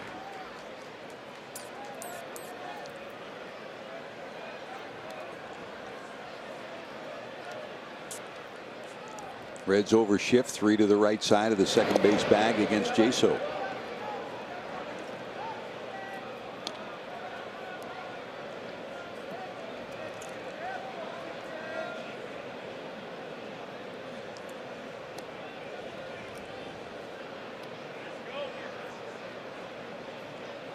Two. Waves at it, swing and a miss. There's 2 away. Another nice off-speed pitch. It's the biggest thing for a high-round draft pick to learn when you get to professional baseball is that pitch right there, that changeup, becomes actually more important than your fastball, or at least as important. Doesn't mean you use it as often as your fastball, but you just can't pump one heater after another in there and expect these hitters to swing through it. Here's Jose Osuna. He hit a soft liner to Suarez his first time up. And then last time up, grounded to short, a ball in the hole, and they caught Jaso between second and third, and an alert play by Cozart and Suarez. He was tagged out at third. Broken bat, bloop to left. It's curving. It will be a fair ball. It hits in fair territory, and Osuna's around first, going to second. He'll cruise in with a 2-base hit.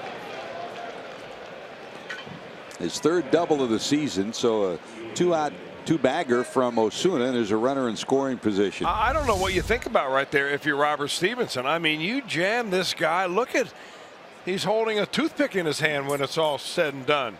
Ball looks like it's going to drift foul. It stays right near the line and fair. And the bat goes all the way out to third base. Suarez had to nearly jump out of the way of the bat head. I mean, that's a good pitch. It goes for a double up near the wall. I don't know what they made that bat out of, but I want some. Make your a lamp or a toothpick, one of the two.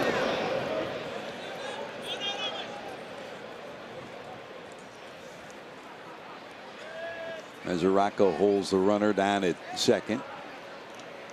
Diaz struck out looking first time up and flied out second time up.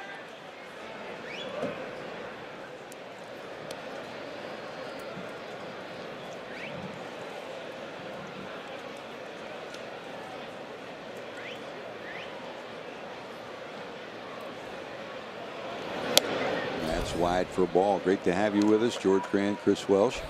Jim Day, by now on his third ice cream of the night, has made his way back by the dugout. Chris, we can see it from here. He's got ice cream stains on that nice new coat he has. I was going to borrow that tie. Not anymore. There's a bouncer wide to second. Peraza there, and they'll get the out to end the inning. Reds go back to work. They trail in this one 7-3.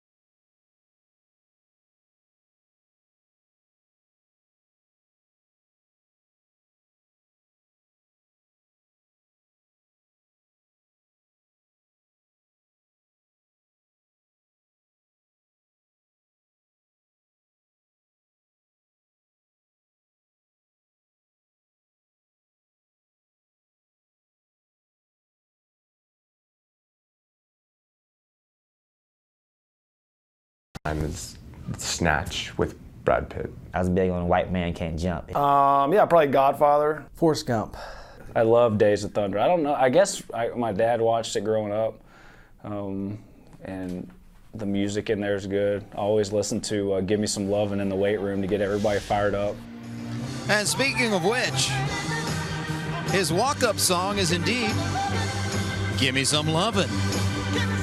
Days of Thunder, so much of an influence on Zach Cozart. It's his walk-up song each and every time here at Great American Ballpark. And if you say Rubbin's Racing Call, you'll get a chuckle out of Zach Cozart. Seldom you see this. Cozart swinging at the first pitch. A high pop-up in the infield. Harrison has it. He's retired. A walk, a strikeout in this pop-up for Cozart. Okay, let's turn the tables on JD. You ask these guys questions all the time. Your favorite movie? Probably Shawshank Redemption. Ooh.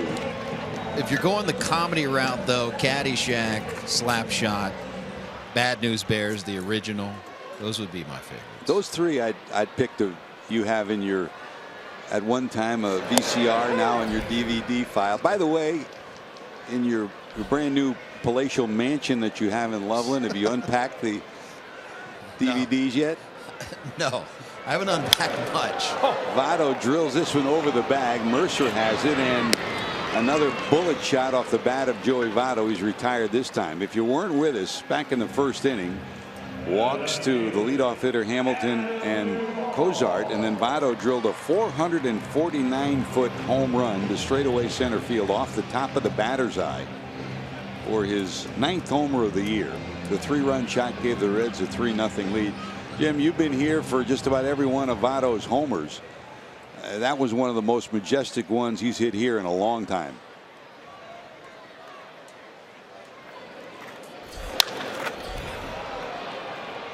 Fly ball down the right field line and out of play.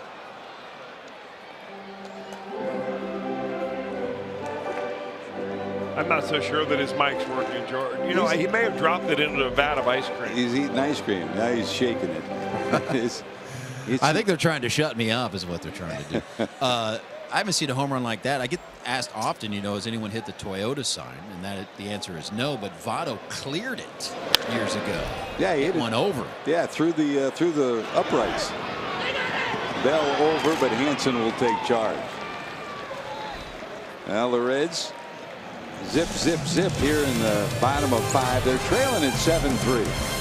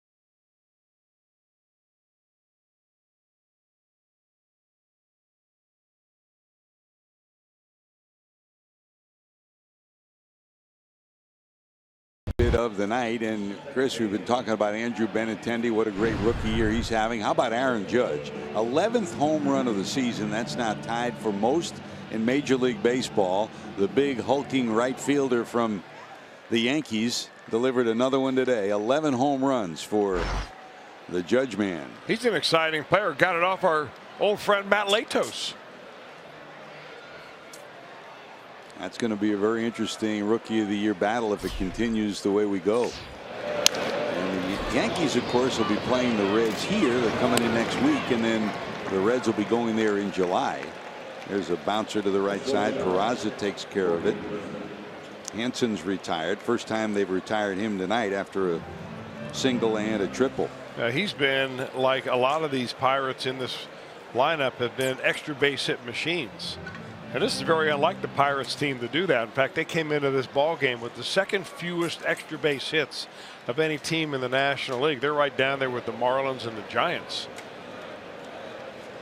But their extra base hits in this series, the 8 for 10 of their hits have gone for extra bases in this series. 4 home runs, 3 doubles, a triple. It's a mini explosion, a 6-run inning for the Pirates, who have struggled. Fly ball off the end of the bat. That's going to stay in the park. Under it is Duvall. And there's 2 away. MLB.com Ballpark app is your mobile companion when visiting Great American Ballpark. The Ballpark app complements and personalizes your trip to Great American Ballpark with mobile ticket delivery, exclusive offers, interactive games, and a whole lot more. Download the Ballpark app today.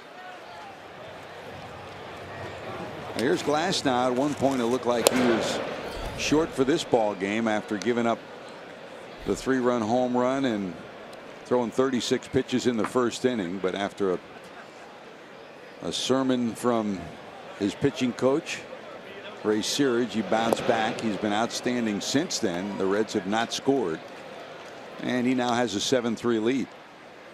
You talk about turning points in a season or turning points in a career. He may be at one right now, Chris, after what he's been through. Well, he may have saved himself from being through even more. You never know. But he has certainly settled down, and besides that 3 spot that the Reds were able to get in the first inning, they haven't really sniffed much of a rally ever since. Came back and struck out the side in the second. Meanwhile, Robert Stevens is working on his second very tidy inning. Gave up a broken bat double last inning. That's about it. He's thrown a lot of off-speed pitches, which I like because you know he's got the fastball when he wants it. But he's getting more and more confidence in throwing that changeup. His changeup is a split finger variety changeup. 3-2. That's a high ball 4. I want to walk the pitcher though. Hey George, I got to ask you. Good time to ask you right now. On Twitter last night, there were some people out there that were just very happy to see you back in the booth, and they wanted to know if you would, at one time or another later on this year, do an Ask George segment on my Twitter account. And I'm not really sure how that works, except I think people will write up their questions, and you'll sit next to me, and we'll find somebody who knows how to type, and we'll type up the answers. So it'll be like a cup of coffee with George Grant on Twitter.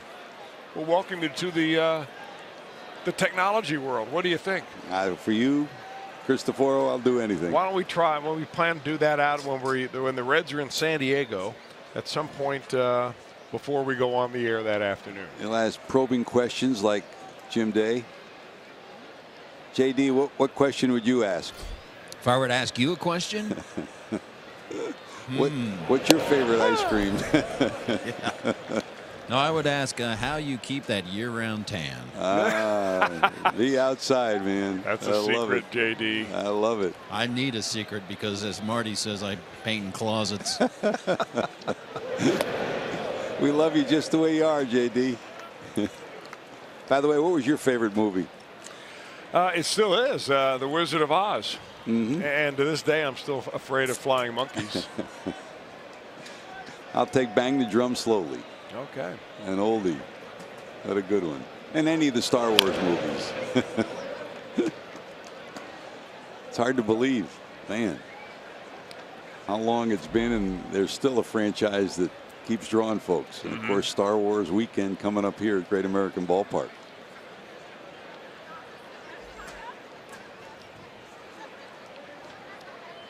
Well, Josh has delivered in this series. 2 homers last night and a big shot that gave his club a 7-3 lead here in the 4th. 3 homers last 2 nights and 5 homers for the season.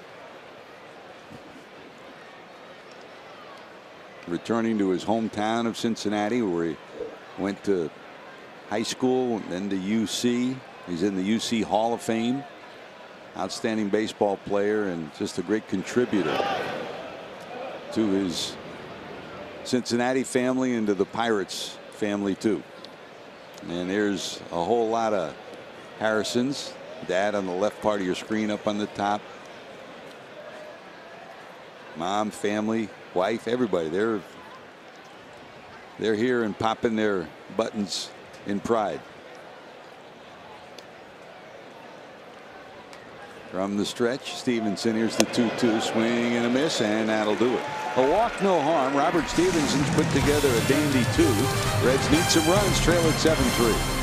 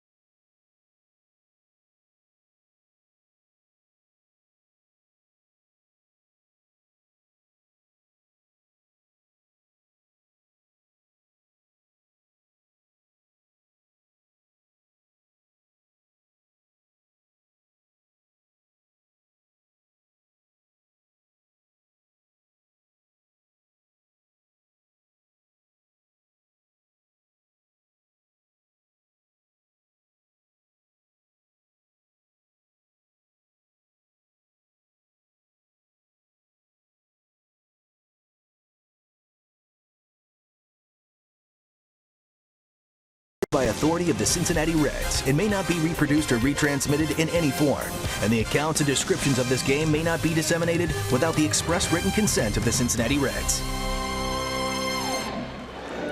Big swing from Joey Votto tonight. And don't forget, tomorrow on Reds Weekly, Tim Adelman's journey to the pros had a lot of ups and downs. We'll have that story.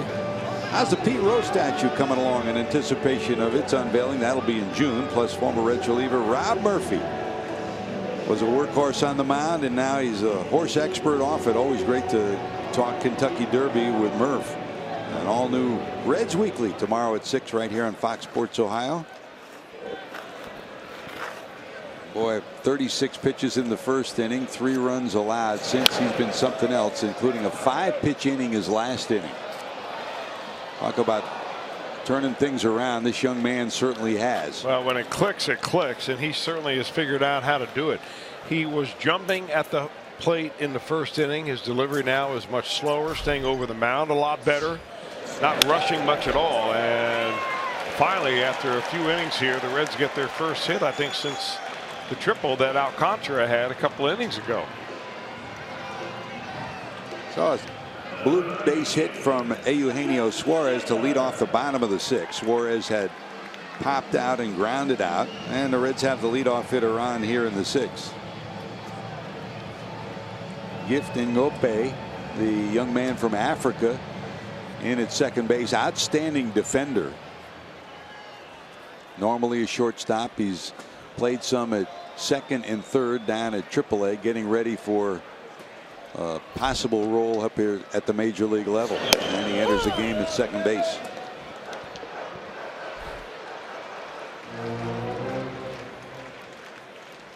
There's Schebler 0 for 2. First time up, bounced into a fielder's choice and then bounced back to the pitcher.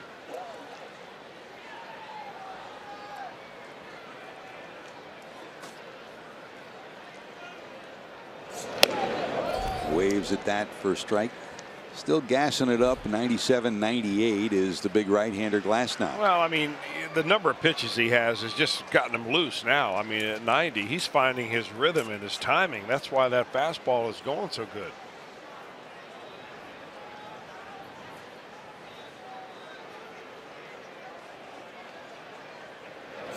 This is what the Pirates saw down in the minor leagues, where he just dominated really at every level that he has been on. And he pitch around, walks down there and strike out the side. And this is the first glimpse that the Reds have seen of Glasnow maybe pitching at his peak.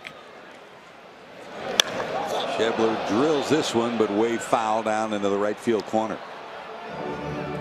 1 ball, 2 strikes. Now the Reds have come back their last 2 ball games, trailing 4-0 to the Cardinals on Sunday. They rallied to win a big game there. And yesterday, trailing 2-0, they came back and eventually won in 10 innings against this Pirate team. That's a souvenir that young guy is going to take home. In the dirt, good block by Diaz.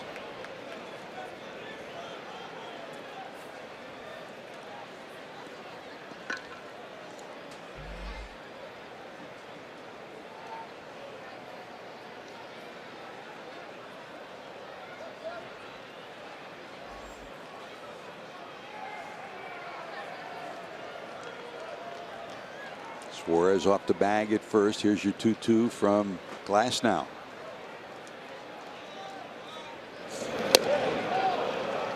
Way out in front. Really not only pulled the string on him with the change in speeds, but was able to stay right on top of it. We've seen this release on that breaking ball, and look at the spin on that. I mean, that is the kind of spin that would make any pitching coach just drool, because right over the top. Look at the change in planes. He struck out 3 in the second inning after that rough first inning, and this is his first strikeout since then. So 4 strikeouts on the night for Glasnow. 1 away, and here's Peraza, a single and a pop up to the shortstop.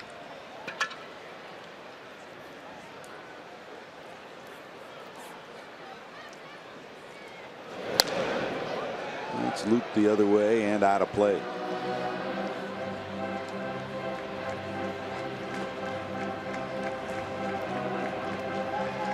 This game 2 of the series, the Series will continue tomorrow. We'll be on the air with the Reds Live coming your way at 6:30.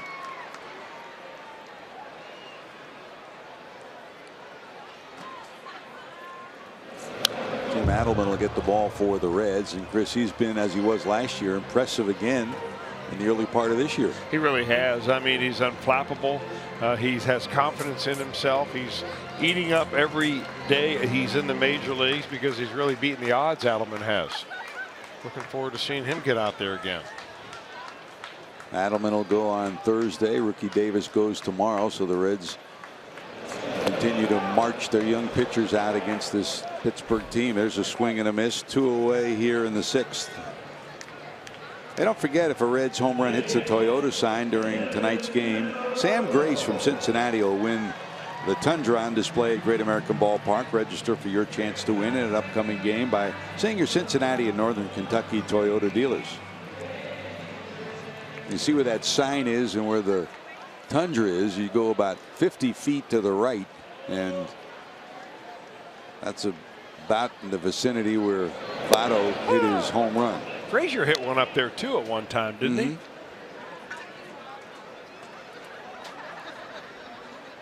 More nonstop destinations. That's where Votto's home run bounced off of, right at the top of the batter's eye. 449 feet.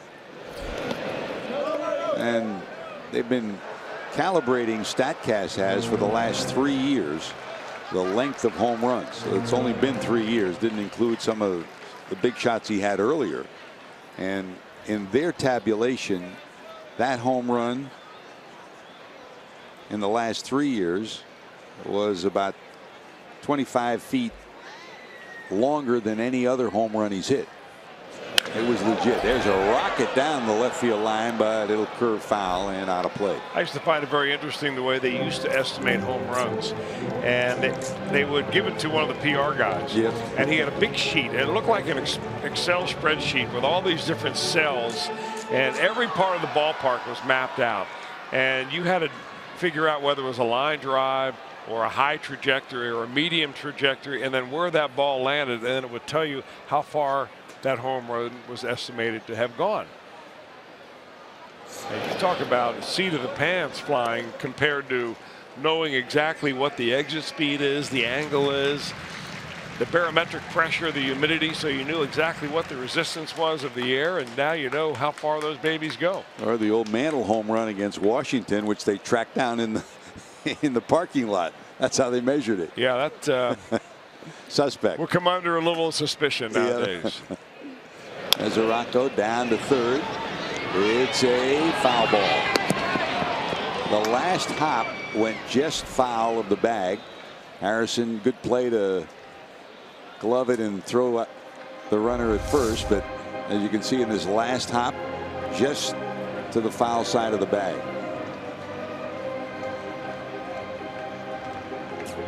That's a hard one to call for an umpire because you're not really sure, as that ball is coming right at you, whether any part of that ball went over any part of that third base bag.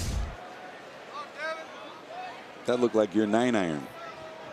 Bouncing like that, yeah. Into the parking lot. Or the pond. 2 balls, 2 strikes. Checks it. I didn't get a chance to ask you when you went to Milwaukee.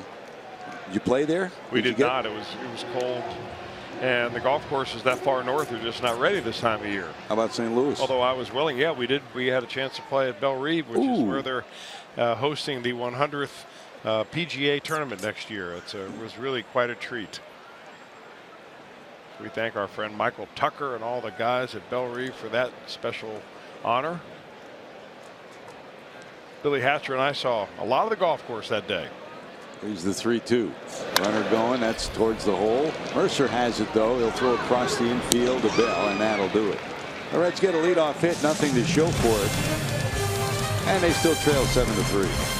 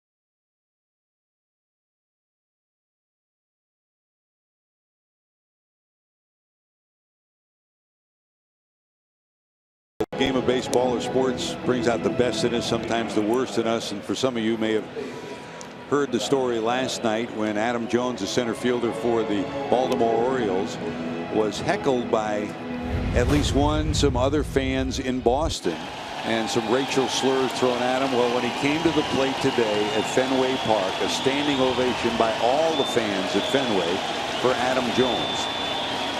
A moment that I'm sure those fans will remember, and I'm sure he will too. What a special young man that guy is, Chris. Great ball player and a leader among the players who were part of that World Baseball Classic championship team.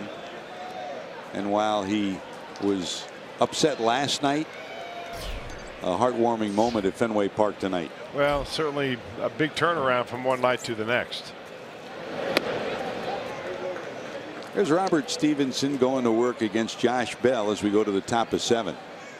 Bell 0 for 3. Bounced out, popped out, and flied out.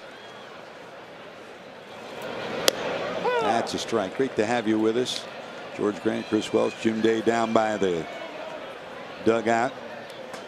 Joel Luckup providing some statistical analysis for us and tabulating how many. There's a big shot down the right field line. It's curving. It'll go foul. Joel now has the official count at 3 ice cream cones for Jim Day on the night. Jesse Jackson up here riding herd, and Jim Strickler, Cameron High Home, and our great crew, including down in the truck, our producer Josh Hall, our director Brian Hunterman. Billy Hamilton will haul that in for the first out. Matt Sigafus and Jim Miller dialing up some highlights for us and some graphics to keep you on top of this ball game that the Reds started off with a big smile on the scoreboard, 3-0, and they now trail at 7-3. It was knuckling, but he hauled it in.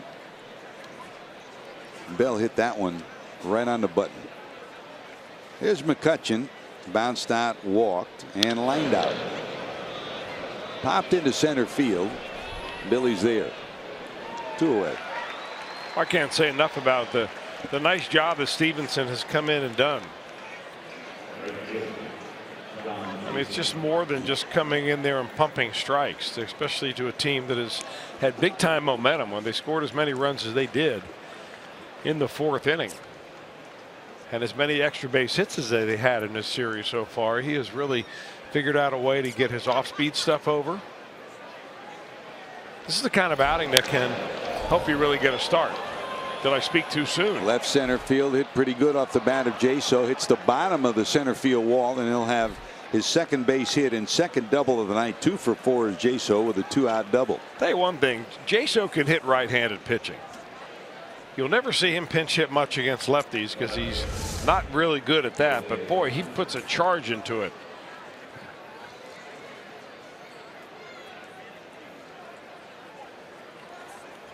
Stevenson came in to take over in the 5th inning. Has walked 1 and given up a couple of hits. Pitched well. Now, Chris, you came up in a different era where you usually made it to the major leagues in the bullpen. You had to earn your way into the starting rotation. You weren't just gifted the starting rotation from the minor leagues, and that's what Brian Price and Mac Jenkins are trying to do with Cody Reed, Stevenson, and some of these young pitchers coming up. And they're all coming along a little by little. I mean, not every one of those guys is going to end up to be a major league starter. In fact, maybe not all of them are going to end up in the major leagues in the long run. You just don't really know. They have a tendency to weed themselves out, but they're getting a shot. That's the important thing. Hey, Gaylord Perry spent 3 years in the bullpen before he ever got a chance to start. And he made it to the Hall of Fame. Yeah, then what did he started for the next 25 years. Yep. Put me in the bullpen, I'll show you. Yeah.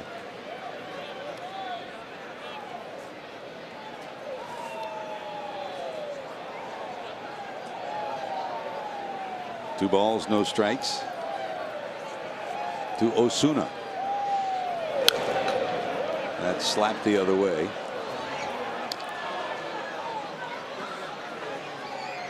Osuna lined out, reached on the fielder's choice, and doubled in his 3 plate appearances tonight.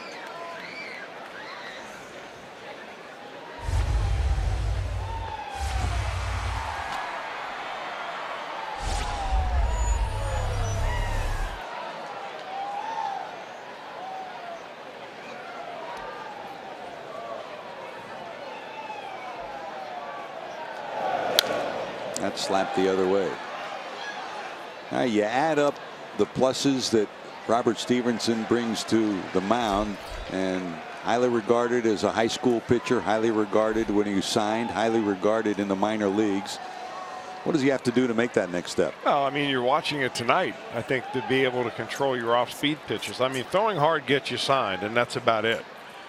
It may get you out of A ball, but when you get to this level, you have to have something else. I think Stevenson really has shown tonight that he's leading with his off-speed stuff and saving his fastball for other times.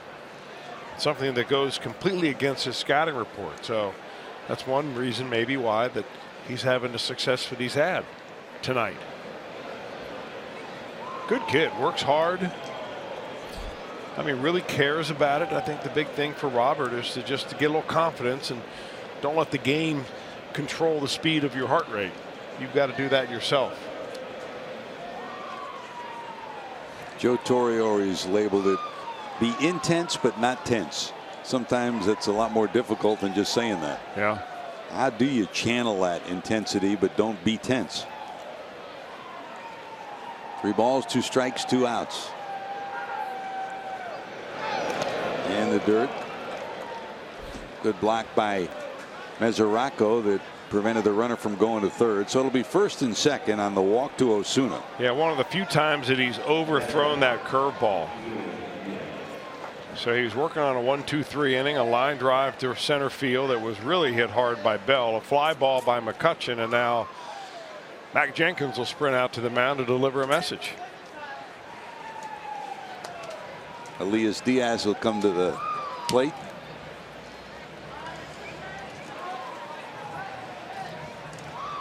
And gives us a chance to remind you that Saturday on FS1 the Indians take on the Royals with coverage beginning at 3 p.m. Eastern. And on Fox the Yankees battle the defending world champion Cubs at 7 o'clock Eastern. Saturday's doubleheader can also be streamed live on Fox Sports Go. That's Saturday on FS1 and on Fox. Well, Jenkins trying to get Robert through this 3rd inning of work. 2 on, 2 out. And here's the catcher Diaz. Diaz tonight struck out, flied out, and grounded out 0 for 3.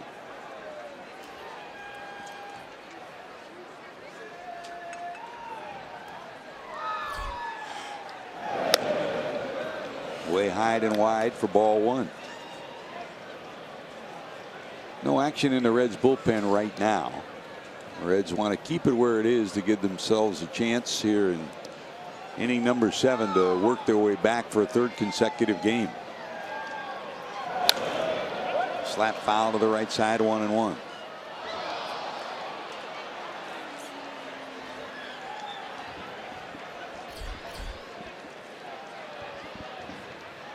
Ngope inserted in the game last inning at second in the on-deck circle.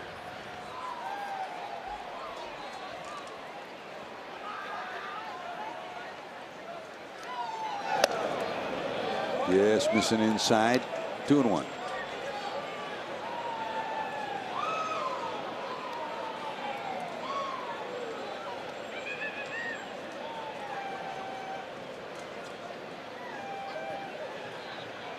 Jaso doubled. He's off second. Osuna walked. He's off first.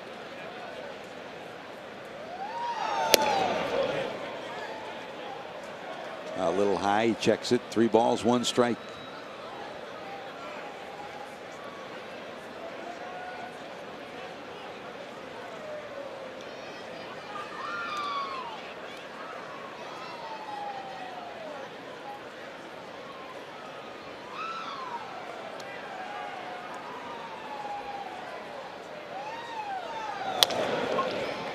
Over the mound. Can Cozart make a play? No, he can't, and the bases will be loaded. An infield hit for Diaz.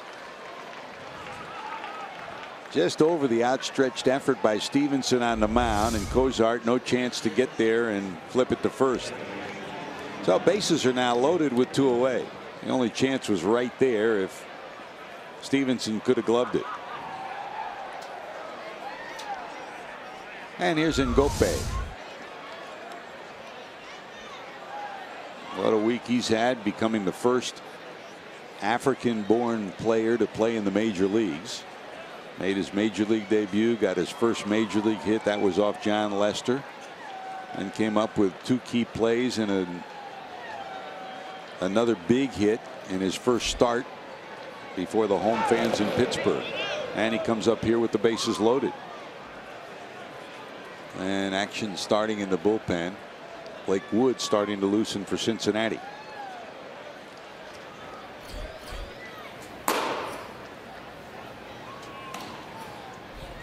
Stevenson has pitched well, but his most important batter he's faced right now. He shuts the inning down, and the Reds still have a pretty good chance. He doesn't, and the Reds are in deep trouble, trailing already 7-3. 2-0.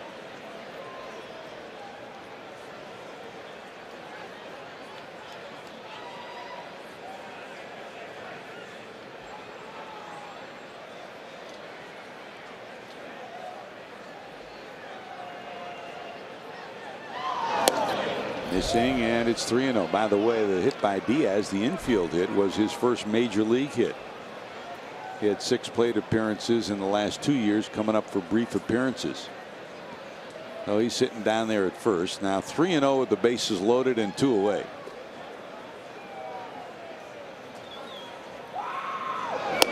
That's a strike.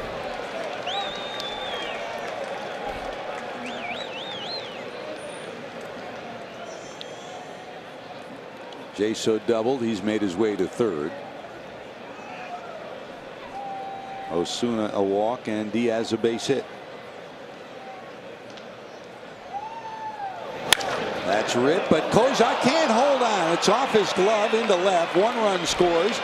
Here comes Osuna around third. He's going to score. 2-run score, and it's 9-3.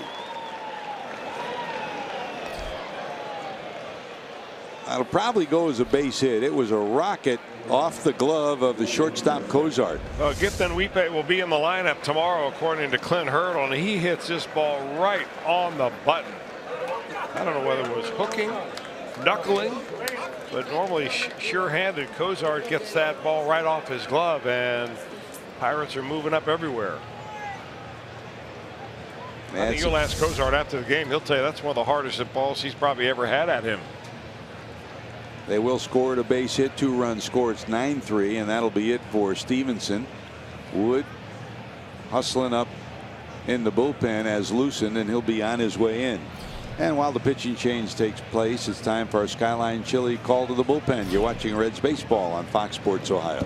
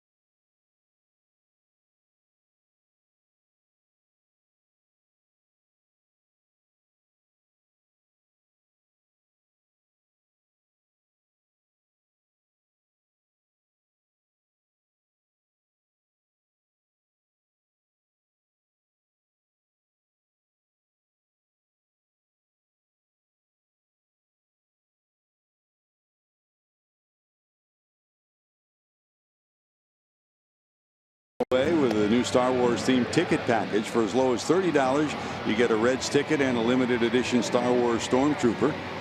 Hurry, because limited quantities are available. Purchase the Star Wars themed ticket package today at Reds.com/Star Wars. Stormtrooper only available with a purchase of a Star Wars ticket package. Well, Robert Stevenson put together 2+ pretty good innings and struggled here in his final inning of work in the 7th. So the 2 runs that score charged to his ledger, and the 2 on base are his responsibility. It's now a 9-3 ball game. The Pirates have 10 hits, and Blake Wood's in to try to close the door. Chris. Well, he is just trying to get out of this inning at this point. 6-run deficit. The Reds have come from behind to win each of their last 2 games, but you don't want to let this one get too far out of hand. Stuart Turner enters the game as the catcher, so he'll hit in the 9th spot. And replacing Mesoraco in the 8th spot will be the pitcher Blake Wood. So leading off the next inning will be Turner. Fly ball to the right side, curving foul, and out of play off the bat of Jordy Mercer. Mercer doubled, reached on an intentional walk, scored a run, and then flied out his last time up.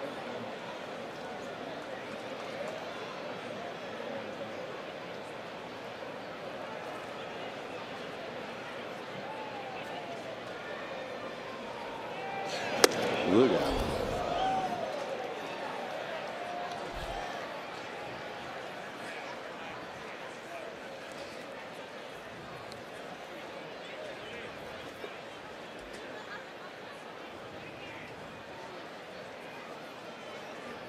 One ball, 2 strikes, 2 outs.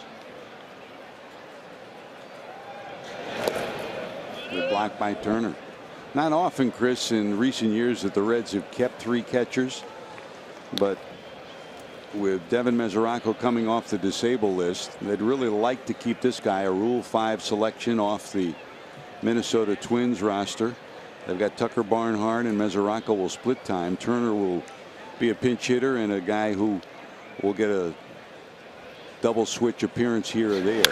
There's a liner down the right field line, curving. It'll go foul, but they like him a lot, both in terms of the way he sets up defensively behind the plate, the way he runs ball games, and his offensive potential. Well, I think, George, the other thing is that the Reds are a little bit light when it comes to catching prospects at the top of the food chain. They may have some players down lower that they're very high on as far as major league potential, but they saw that there's a void there. And that's one reason why they liked him. And any team that has a Rule 5 player on their roster all year long is building for something later on. And they're hoping they're getting that with Stuart Turner. If you do not keep him on your roster the entire year, he is offered back to the team that you drafted him from in the Rule 5 draft. Or you can make a deal with that team to maybe trade. And I'm sure that the Reds have had conversations with the Twins about this already. So evidently they've not been able to come to a mutually acceptable deal. So that's why Turner remains, even though the Reds now have 3 catchers on the roster.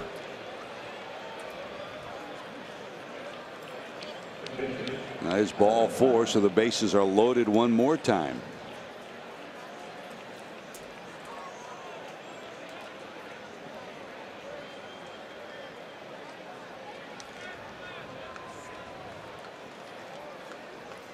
And that'll bring up the pitcher Glasnow, who will stay in there. What a turnaround for this young right-hander who was on the brink of heading out of this ball game into the showers in a 36-pitch first inning. That followed 59 pitches in 2 innings against the Cubs and an appearance against the Reds last month where he only survived an inning and 2/3 and gave up 5 runs. After a talking to from his pitching coach Ray Searage in between innings of the first and second, he came out, struck out the side in the second, and since then he's been in control of this ball game. Yeah, what a turnaround. I think every pitching coach in the country wants to know what Ray Searage said. He'll be getting some calls tonight, won't he? I'll be asking him, I can tell you that.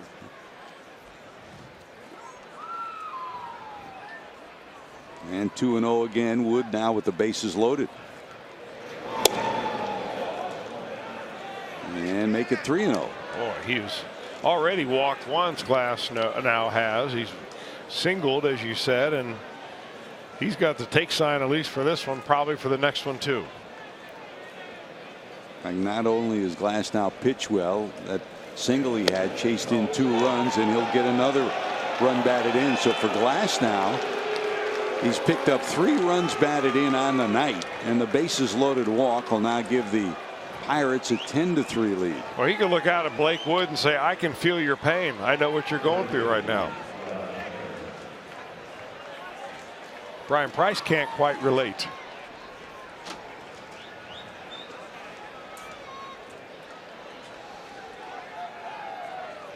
Uncharacteristically from Wood, back-to-back walks.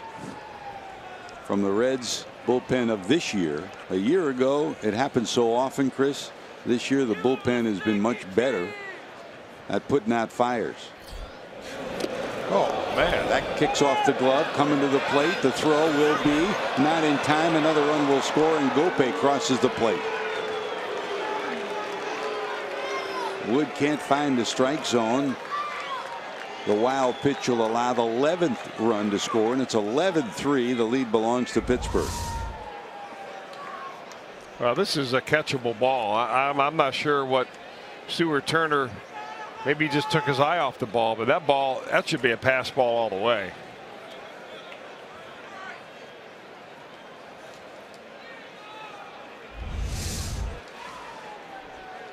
Vic Carapazza might be taking cover after that one. Now, Josh Harrison started the road back for this Pirates club. His 3rd home run in 2 nights came in the 4th inning, and that gave the Pirates a 7-3 lead, a 3-run shot.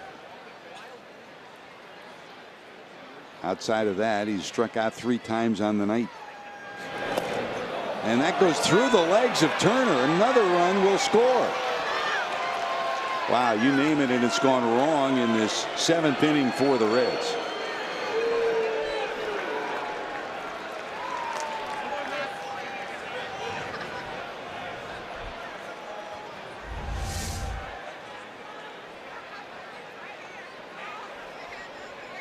Another catchable ball through the legs, a pass ball charged against Turner, and it's now 12-3.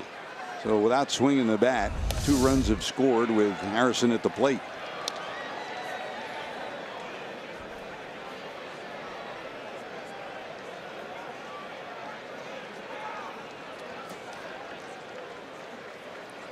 And it kind of evens at 2-2. And now just the runner at 3rd is the pitcher, Glass now, and still 2 outs. And this inning started harmlessly, 2 fly balls to center, and Jaso blistered a double, a walk, a single, another single, and 2 more walks, and there's a 3rd walk issued by Wood. There is no one throwing in the bullpen for the Reds.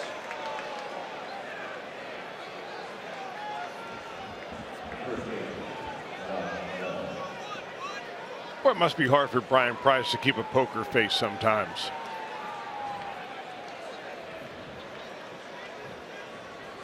Your face tells you one thing, your stomach tells you something else. For you, the manager and the pitching coach. 1st and 3rd, still 2 out, and here's Bell. He's trying to lift one into the river with that swing. On a night where the Pirates have 10 hits and 12 runs, Bell 0 for 4.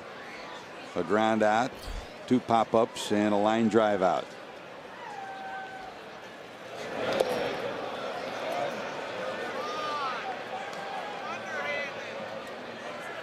Well, Wood started out this year with really very good control. Last year, the thing that really held him back from being a very, very good season was having control problems. But this year, he didn't have any walk problems at all. But his last 7 batters, he has walked 5 of those. So whatever he was doing right has gone awry. There's a strike 1 and 2.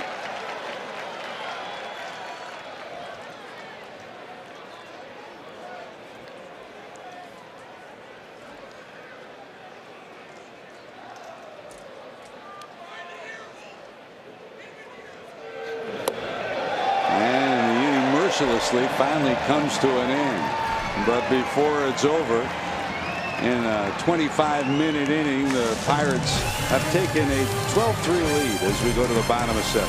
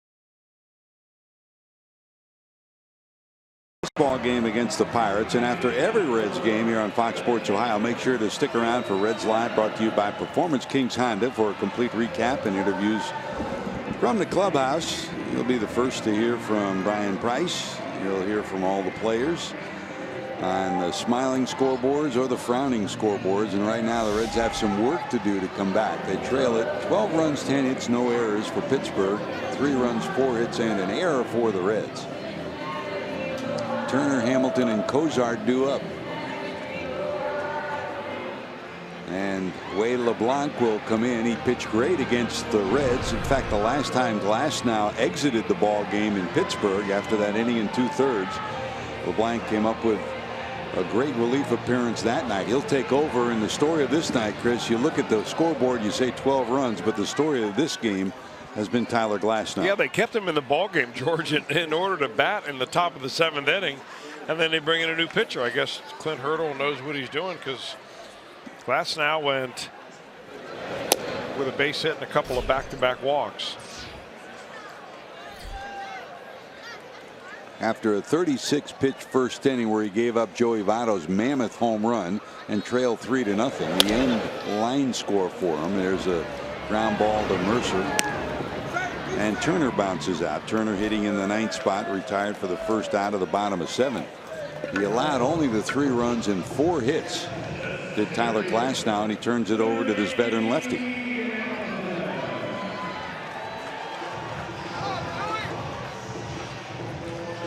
It was Wade LeBlanc that came in the game that was started by Tyler Glasnow in Pittsburgh. When Glasnow couldn't get out of the 2nd inning, he was walking the ballpark, and Wade LeBlanc came in and he pitched about 5 innings of very good, solid, strike throwing baseball.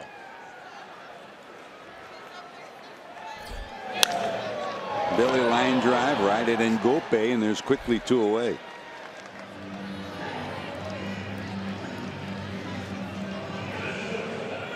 Well, after a 25-minute inning with the Pirates at the plate, 3 pitches, 2 outs, and here comes Cozart with 2 away in the 7th for the reliever. Billy, by the way, if you joined us late, walked in the first, stole 2 bases. Now, with 15 stolen bases, leads the National League in that category. The bright spot for the Reds came in the first 3 batters that came to the plate. Hamilton walked, stole 2 bases. Cozart walked, and Votto hit a 449-foot homer to center. It looked like the Reds were off and running, but that was it. They got another hit in the inning from Peraza. And the only other hit was a pinch hit triple in the 4th inning by Alcantara. Votto on deck for the Reds. Line drive center field. That'll hit the grass, and there's your first base hit off LeBlanc and first base hit for Cozart tonight.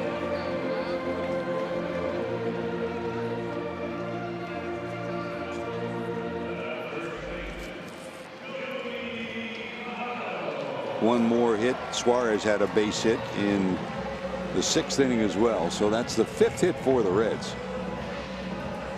And here's Joey.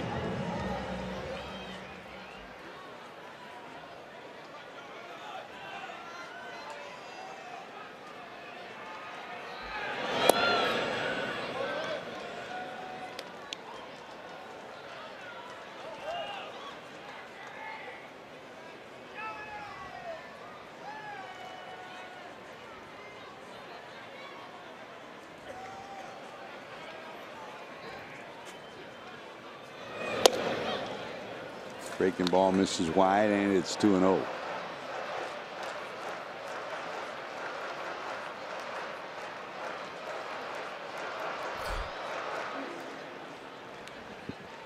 In that Yankee game where Aaron Judge hit his major league tying 11th home run, the Yankees have now gone ahead of the Blue Jays 8-4. They're in the 7th inning at Yankee Stadium.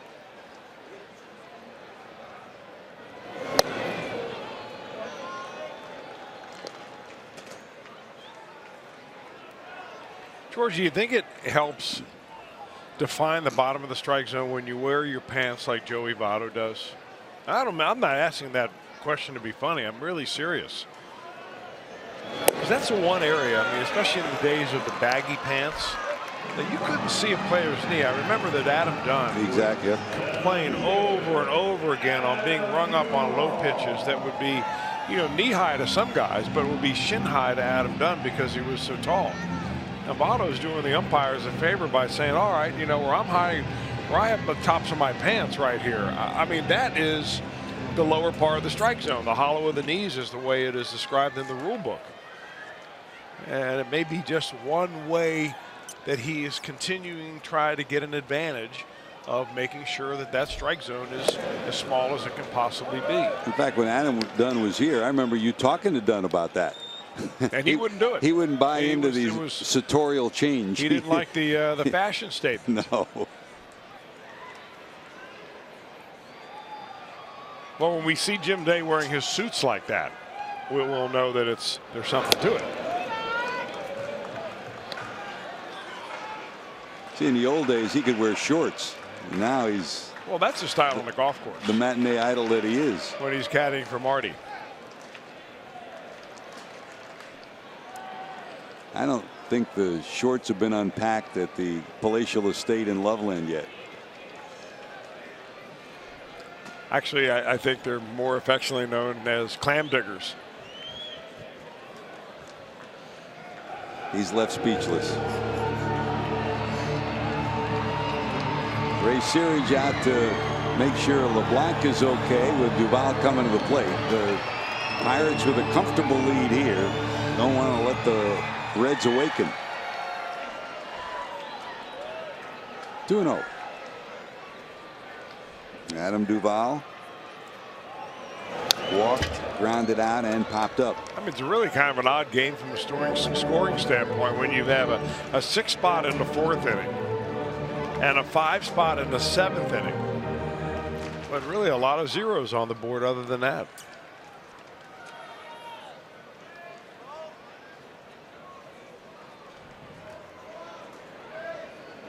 Two and one to the Reds left fielder. Up and in under the arms, and it's 3-1.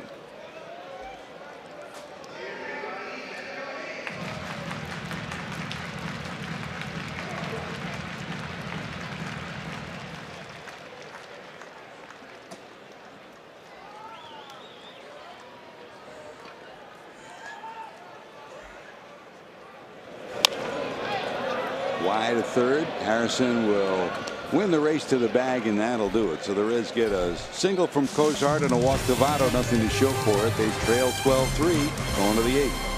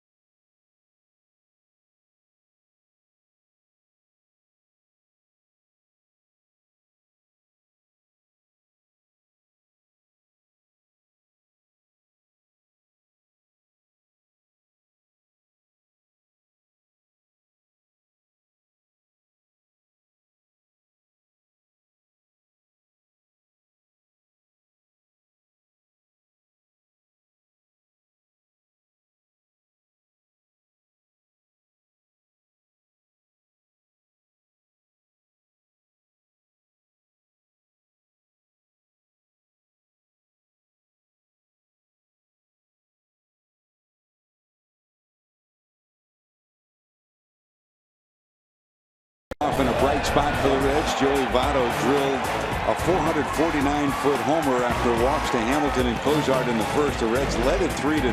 Votto's 9th homer, and now 22 runs batted in. Tyler Glasnow almost chased But what he did was come back, and this base hit by Glasnow gives him 2 runs batted in, his first 2 of the year, and that gave the Pirates the lead for the first time, 4-3. Josh Harrison, returning to Cincinnati, continued his heavy hitting, 2 homers last night, and home run number 5 on the season tonight with family in tow.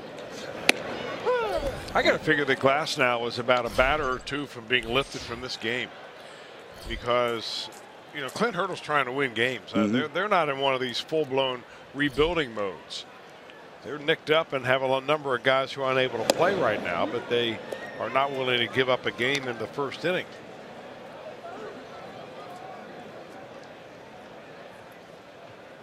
He's done a good job to change a culture of losing in that city after 20 years of consecutive losing. 3 straight years of going to the postseason. They missed it last year. And they missed it by a lot. I mean, they were in 3rd place, but they were 25 games behind the Cubs by winning only 78 games. 2 balls, 1 strike to McCutchen. Grounded out, walked, lined out, and flied out. Peraza, who's taken over at short. Scooter Gennett comes in at second, and I'm not sure, Chris, but the way that ball went off the glove of Cozart, you wonder if he might have jammed his wrist, his hand. That was a bullet off his glove. Didn't hurt him swinging the bat. Yeah. But Cozart out of the game. Peraza moves to short, and Scooter Gennett comes in at second. Wood gets the first out.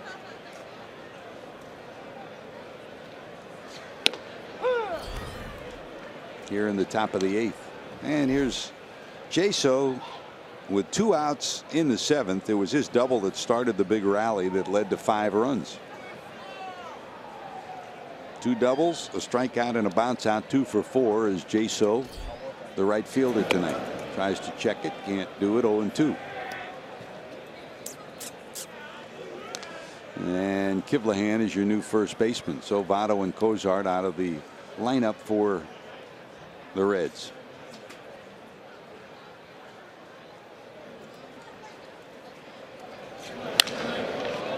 Center field, there is Billy drifting back. He'll haul it in, 2 away.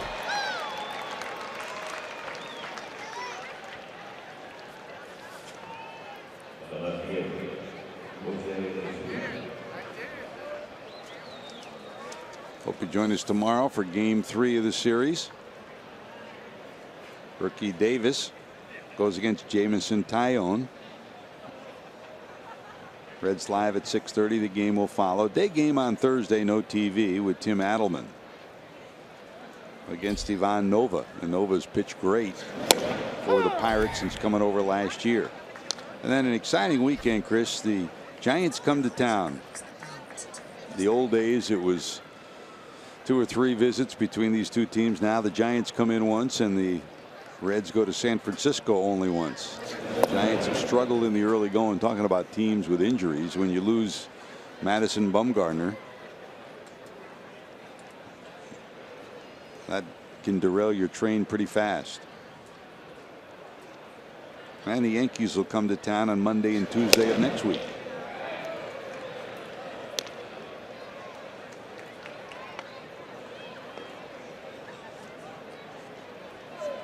And in one of the quirks of the schedule this year, the Reds play the Giants here this weekend, and then after playing the Yankees for 2 games, they go to San Francisco. So you've wrapped up the season series with the Giants in a week. And in May, we won't see them again.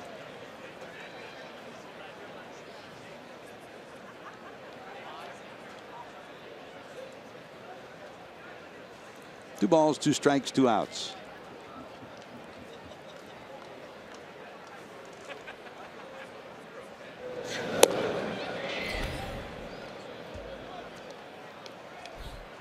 Another full count for Wood.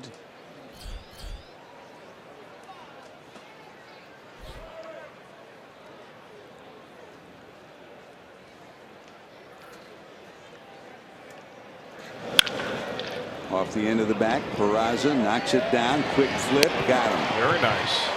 Put him at second, put him at short. Good feet, good hands. Peraza makes a nice play. Reds go back to work, trailing 12-3.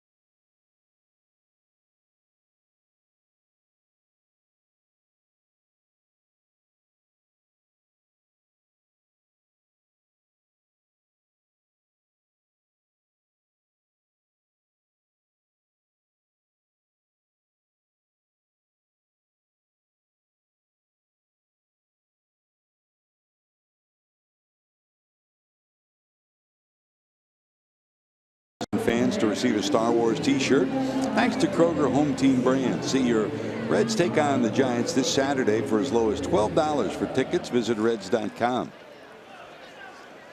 Star Wars lives on. Here's Suarez, lined out, grounded out, and singled as the Reds go to work in the bottom of inning 8. LeBlanc's second inning of work. Winning up after Tyler Glasnow pitched 6 strong innings, allowing only the 3 runs that all came in the first inning. Suarez singled to center last time up.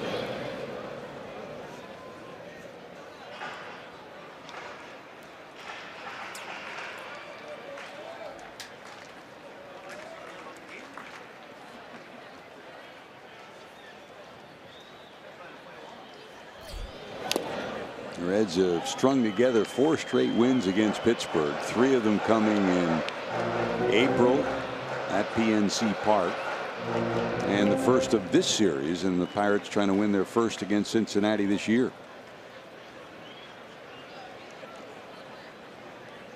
Reds have 2 more trips to Pittsburgh, first week of August and the first week of September. That's a call, strike 3. Suarez retired, first out of the 8th inning.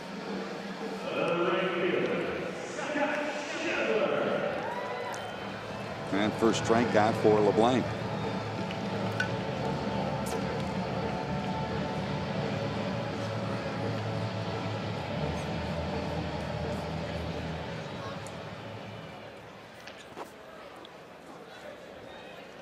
Reds have seen everybody in the division now, Chris, and I mean, coming in, it didn't take a rocket scientist to figure the Cubs would be the favorites once again. And the question that you had coming out of spring training, would the Reds' young starting pitching be able to hold their own and survive in the early going of the year, especially with DeSclafani and Homer Bailey starting the year on the disabled list, and now you add Finnegan to that list too. And that question a month later is still the biggest question mark as to whether the Reds can hang in there. Well, I think there's a bigger gap between the Cubs and every other team in the division than I thought there would be starting the season. And I'm not because the Cubs are that good. I just don't think that all the other teams in the division, you know, there's not another complete team, a team that doesn't have major and gaping holes, whether it's a bad bullpen or whether it's a bad lineup or just an overall slow and old team. There are teams that I think they think they're better than they really are, and they're not as good as they may think they are at all. Back-to-back strikeouts looking, 2 away here in the 8th, and that'll bring up Peraza. Started the game at second, now at shortstop.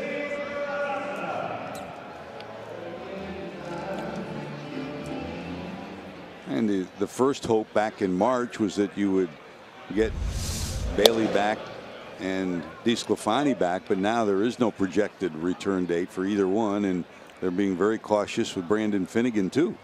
He hasn't even started to throw a break. Yeah, I mean, you know, these guys are going to be able to, their bodies will tell them when they can come back, and I know that for DeSclafani and Homer Bailey, I mean, they're just, I think Homer is just now beginning to throw off a mound, and DeSclafani, I don't think he's there yet. So it'll still be a while. Josh Harrison across the infield for a 1-2-3 inning for LeBlanc. Going to the ninth, 12-3. Pirates have the lead here in Cincinnati.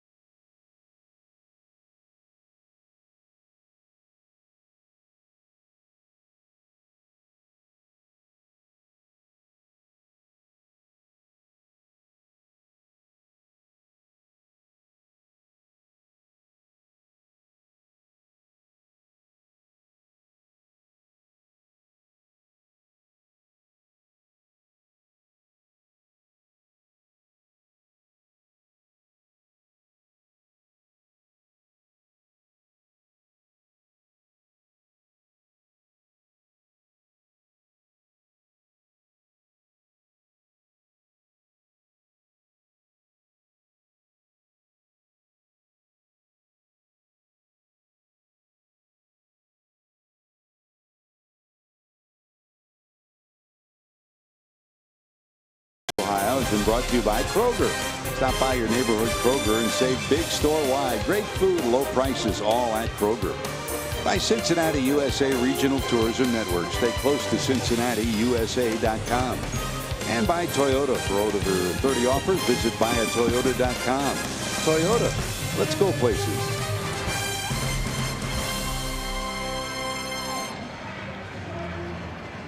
Cool, damp night at Great American Ballpark tonight, but the Pirates have finally put some offense together. They've been hot. 12 runs on 10 hits.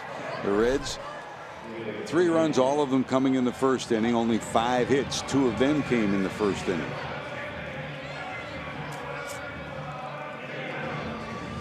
One of the bright spots of this bullpen in the early going, Chris, and you and Jim were there during spring training, and it became obvious that Wandy Peralta was the real deal, and he's burst upon the scene to really take charge and be a bona fide contributor in this bullpen. I got to tell you, George, I didn't see it last year in Peralta, but he came into this spring and really with a mission to try to show that he could make the ball club. Now, he got beat around a little bit in the spring. He had some rough outings, but what he showed in his good outings was enough for the Reds to put some belief in him. That and the fact that they really needed a left-hander in the bullpen.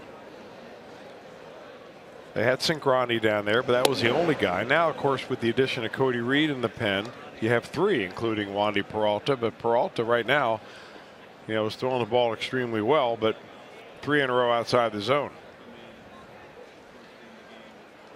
It's been a virus the Reds bullpen has had with Wood and now Peralta. And there's ball 4. Couldn't even get a 3-0 Leo. So leadoff walk here in the top of 9. And no matter how you add it up, once the bell rang on the first week of April, Wandy Peralta has been one of the more impressive relievers all told, not just left-handers, relievers. Look where he ranks throughout the National League. How about 13 strikeouts per 9 innings? I mean, you're talking about, well, maybe not a Aroldis Chapman territory, but certainly mighty, mighty impressive. But he's thrown 5 in a row outside the zone, and Stuart Turner wants to know why.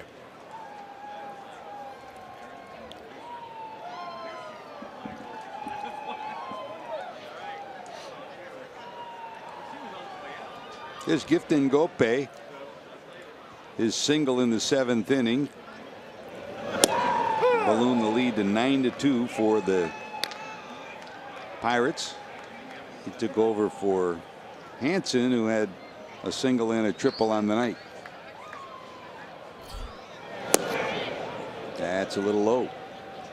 2 balls and 1 strike.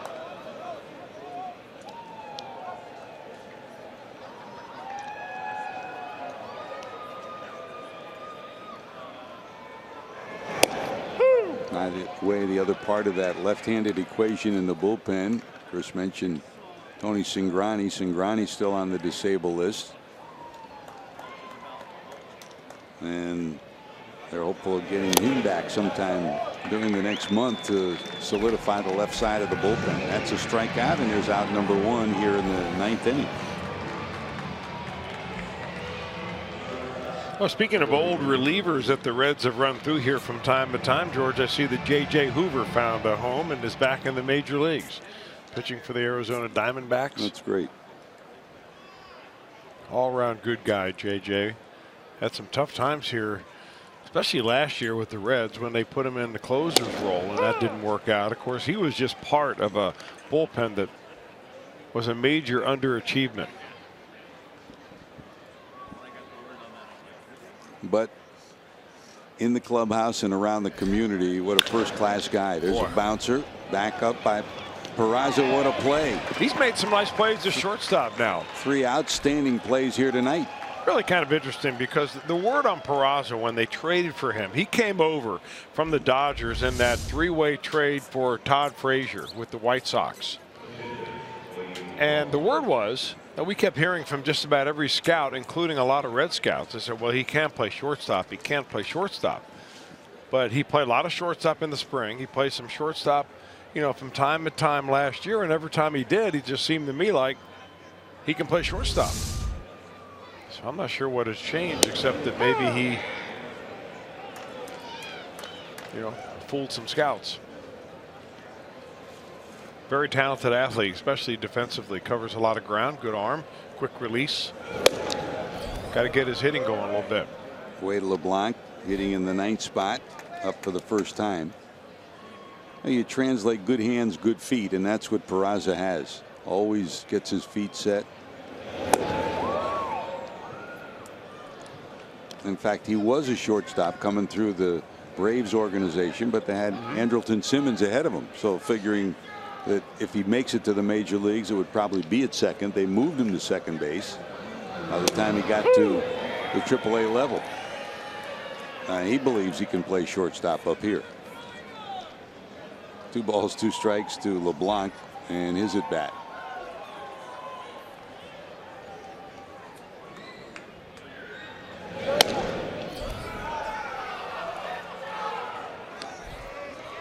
And just wide, will go 3-2.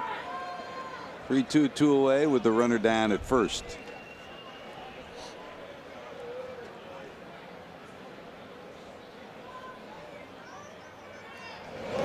Swing and a miss. That'll do it. Last roundup time for the Reds. Trailing 12-3.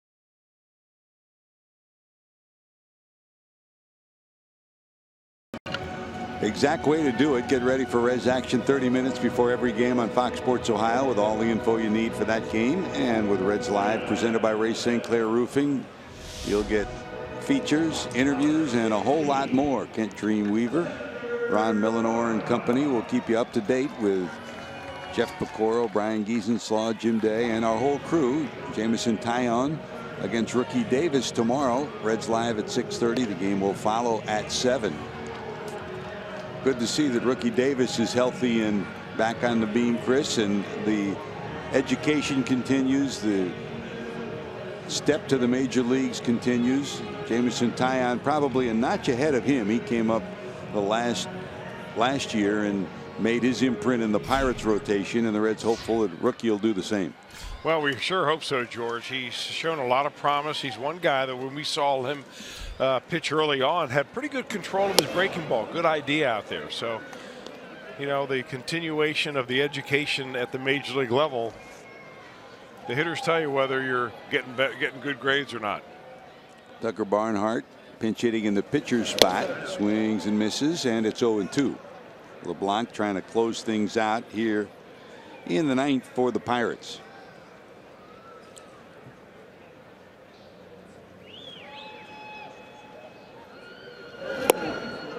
And just like that, 1, 2, 3.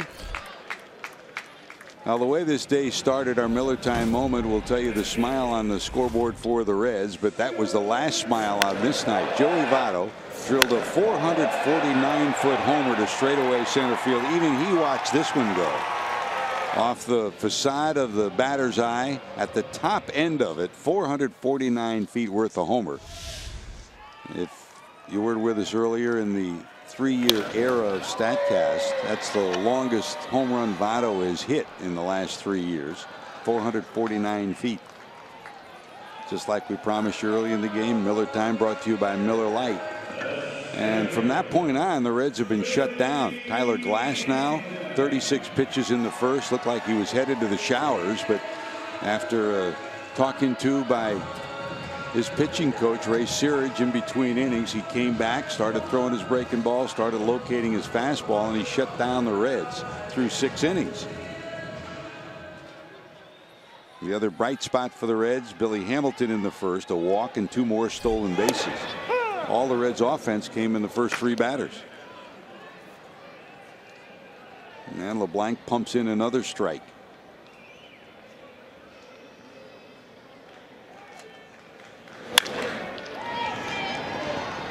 Mercer, long throw. Nice play by the shortstop for the Pirates. And that'll close things out.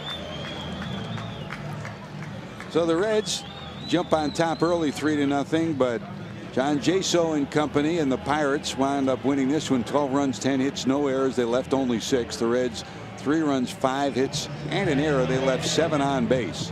A return to Cincinnati for Josh Harrison continued for the Cincinnati native. Another home run. Tyler Glasnow will get the win.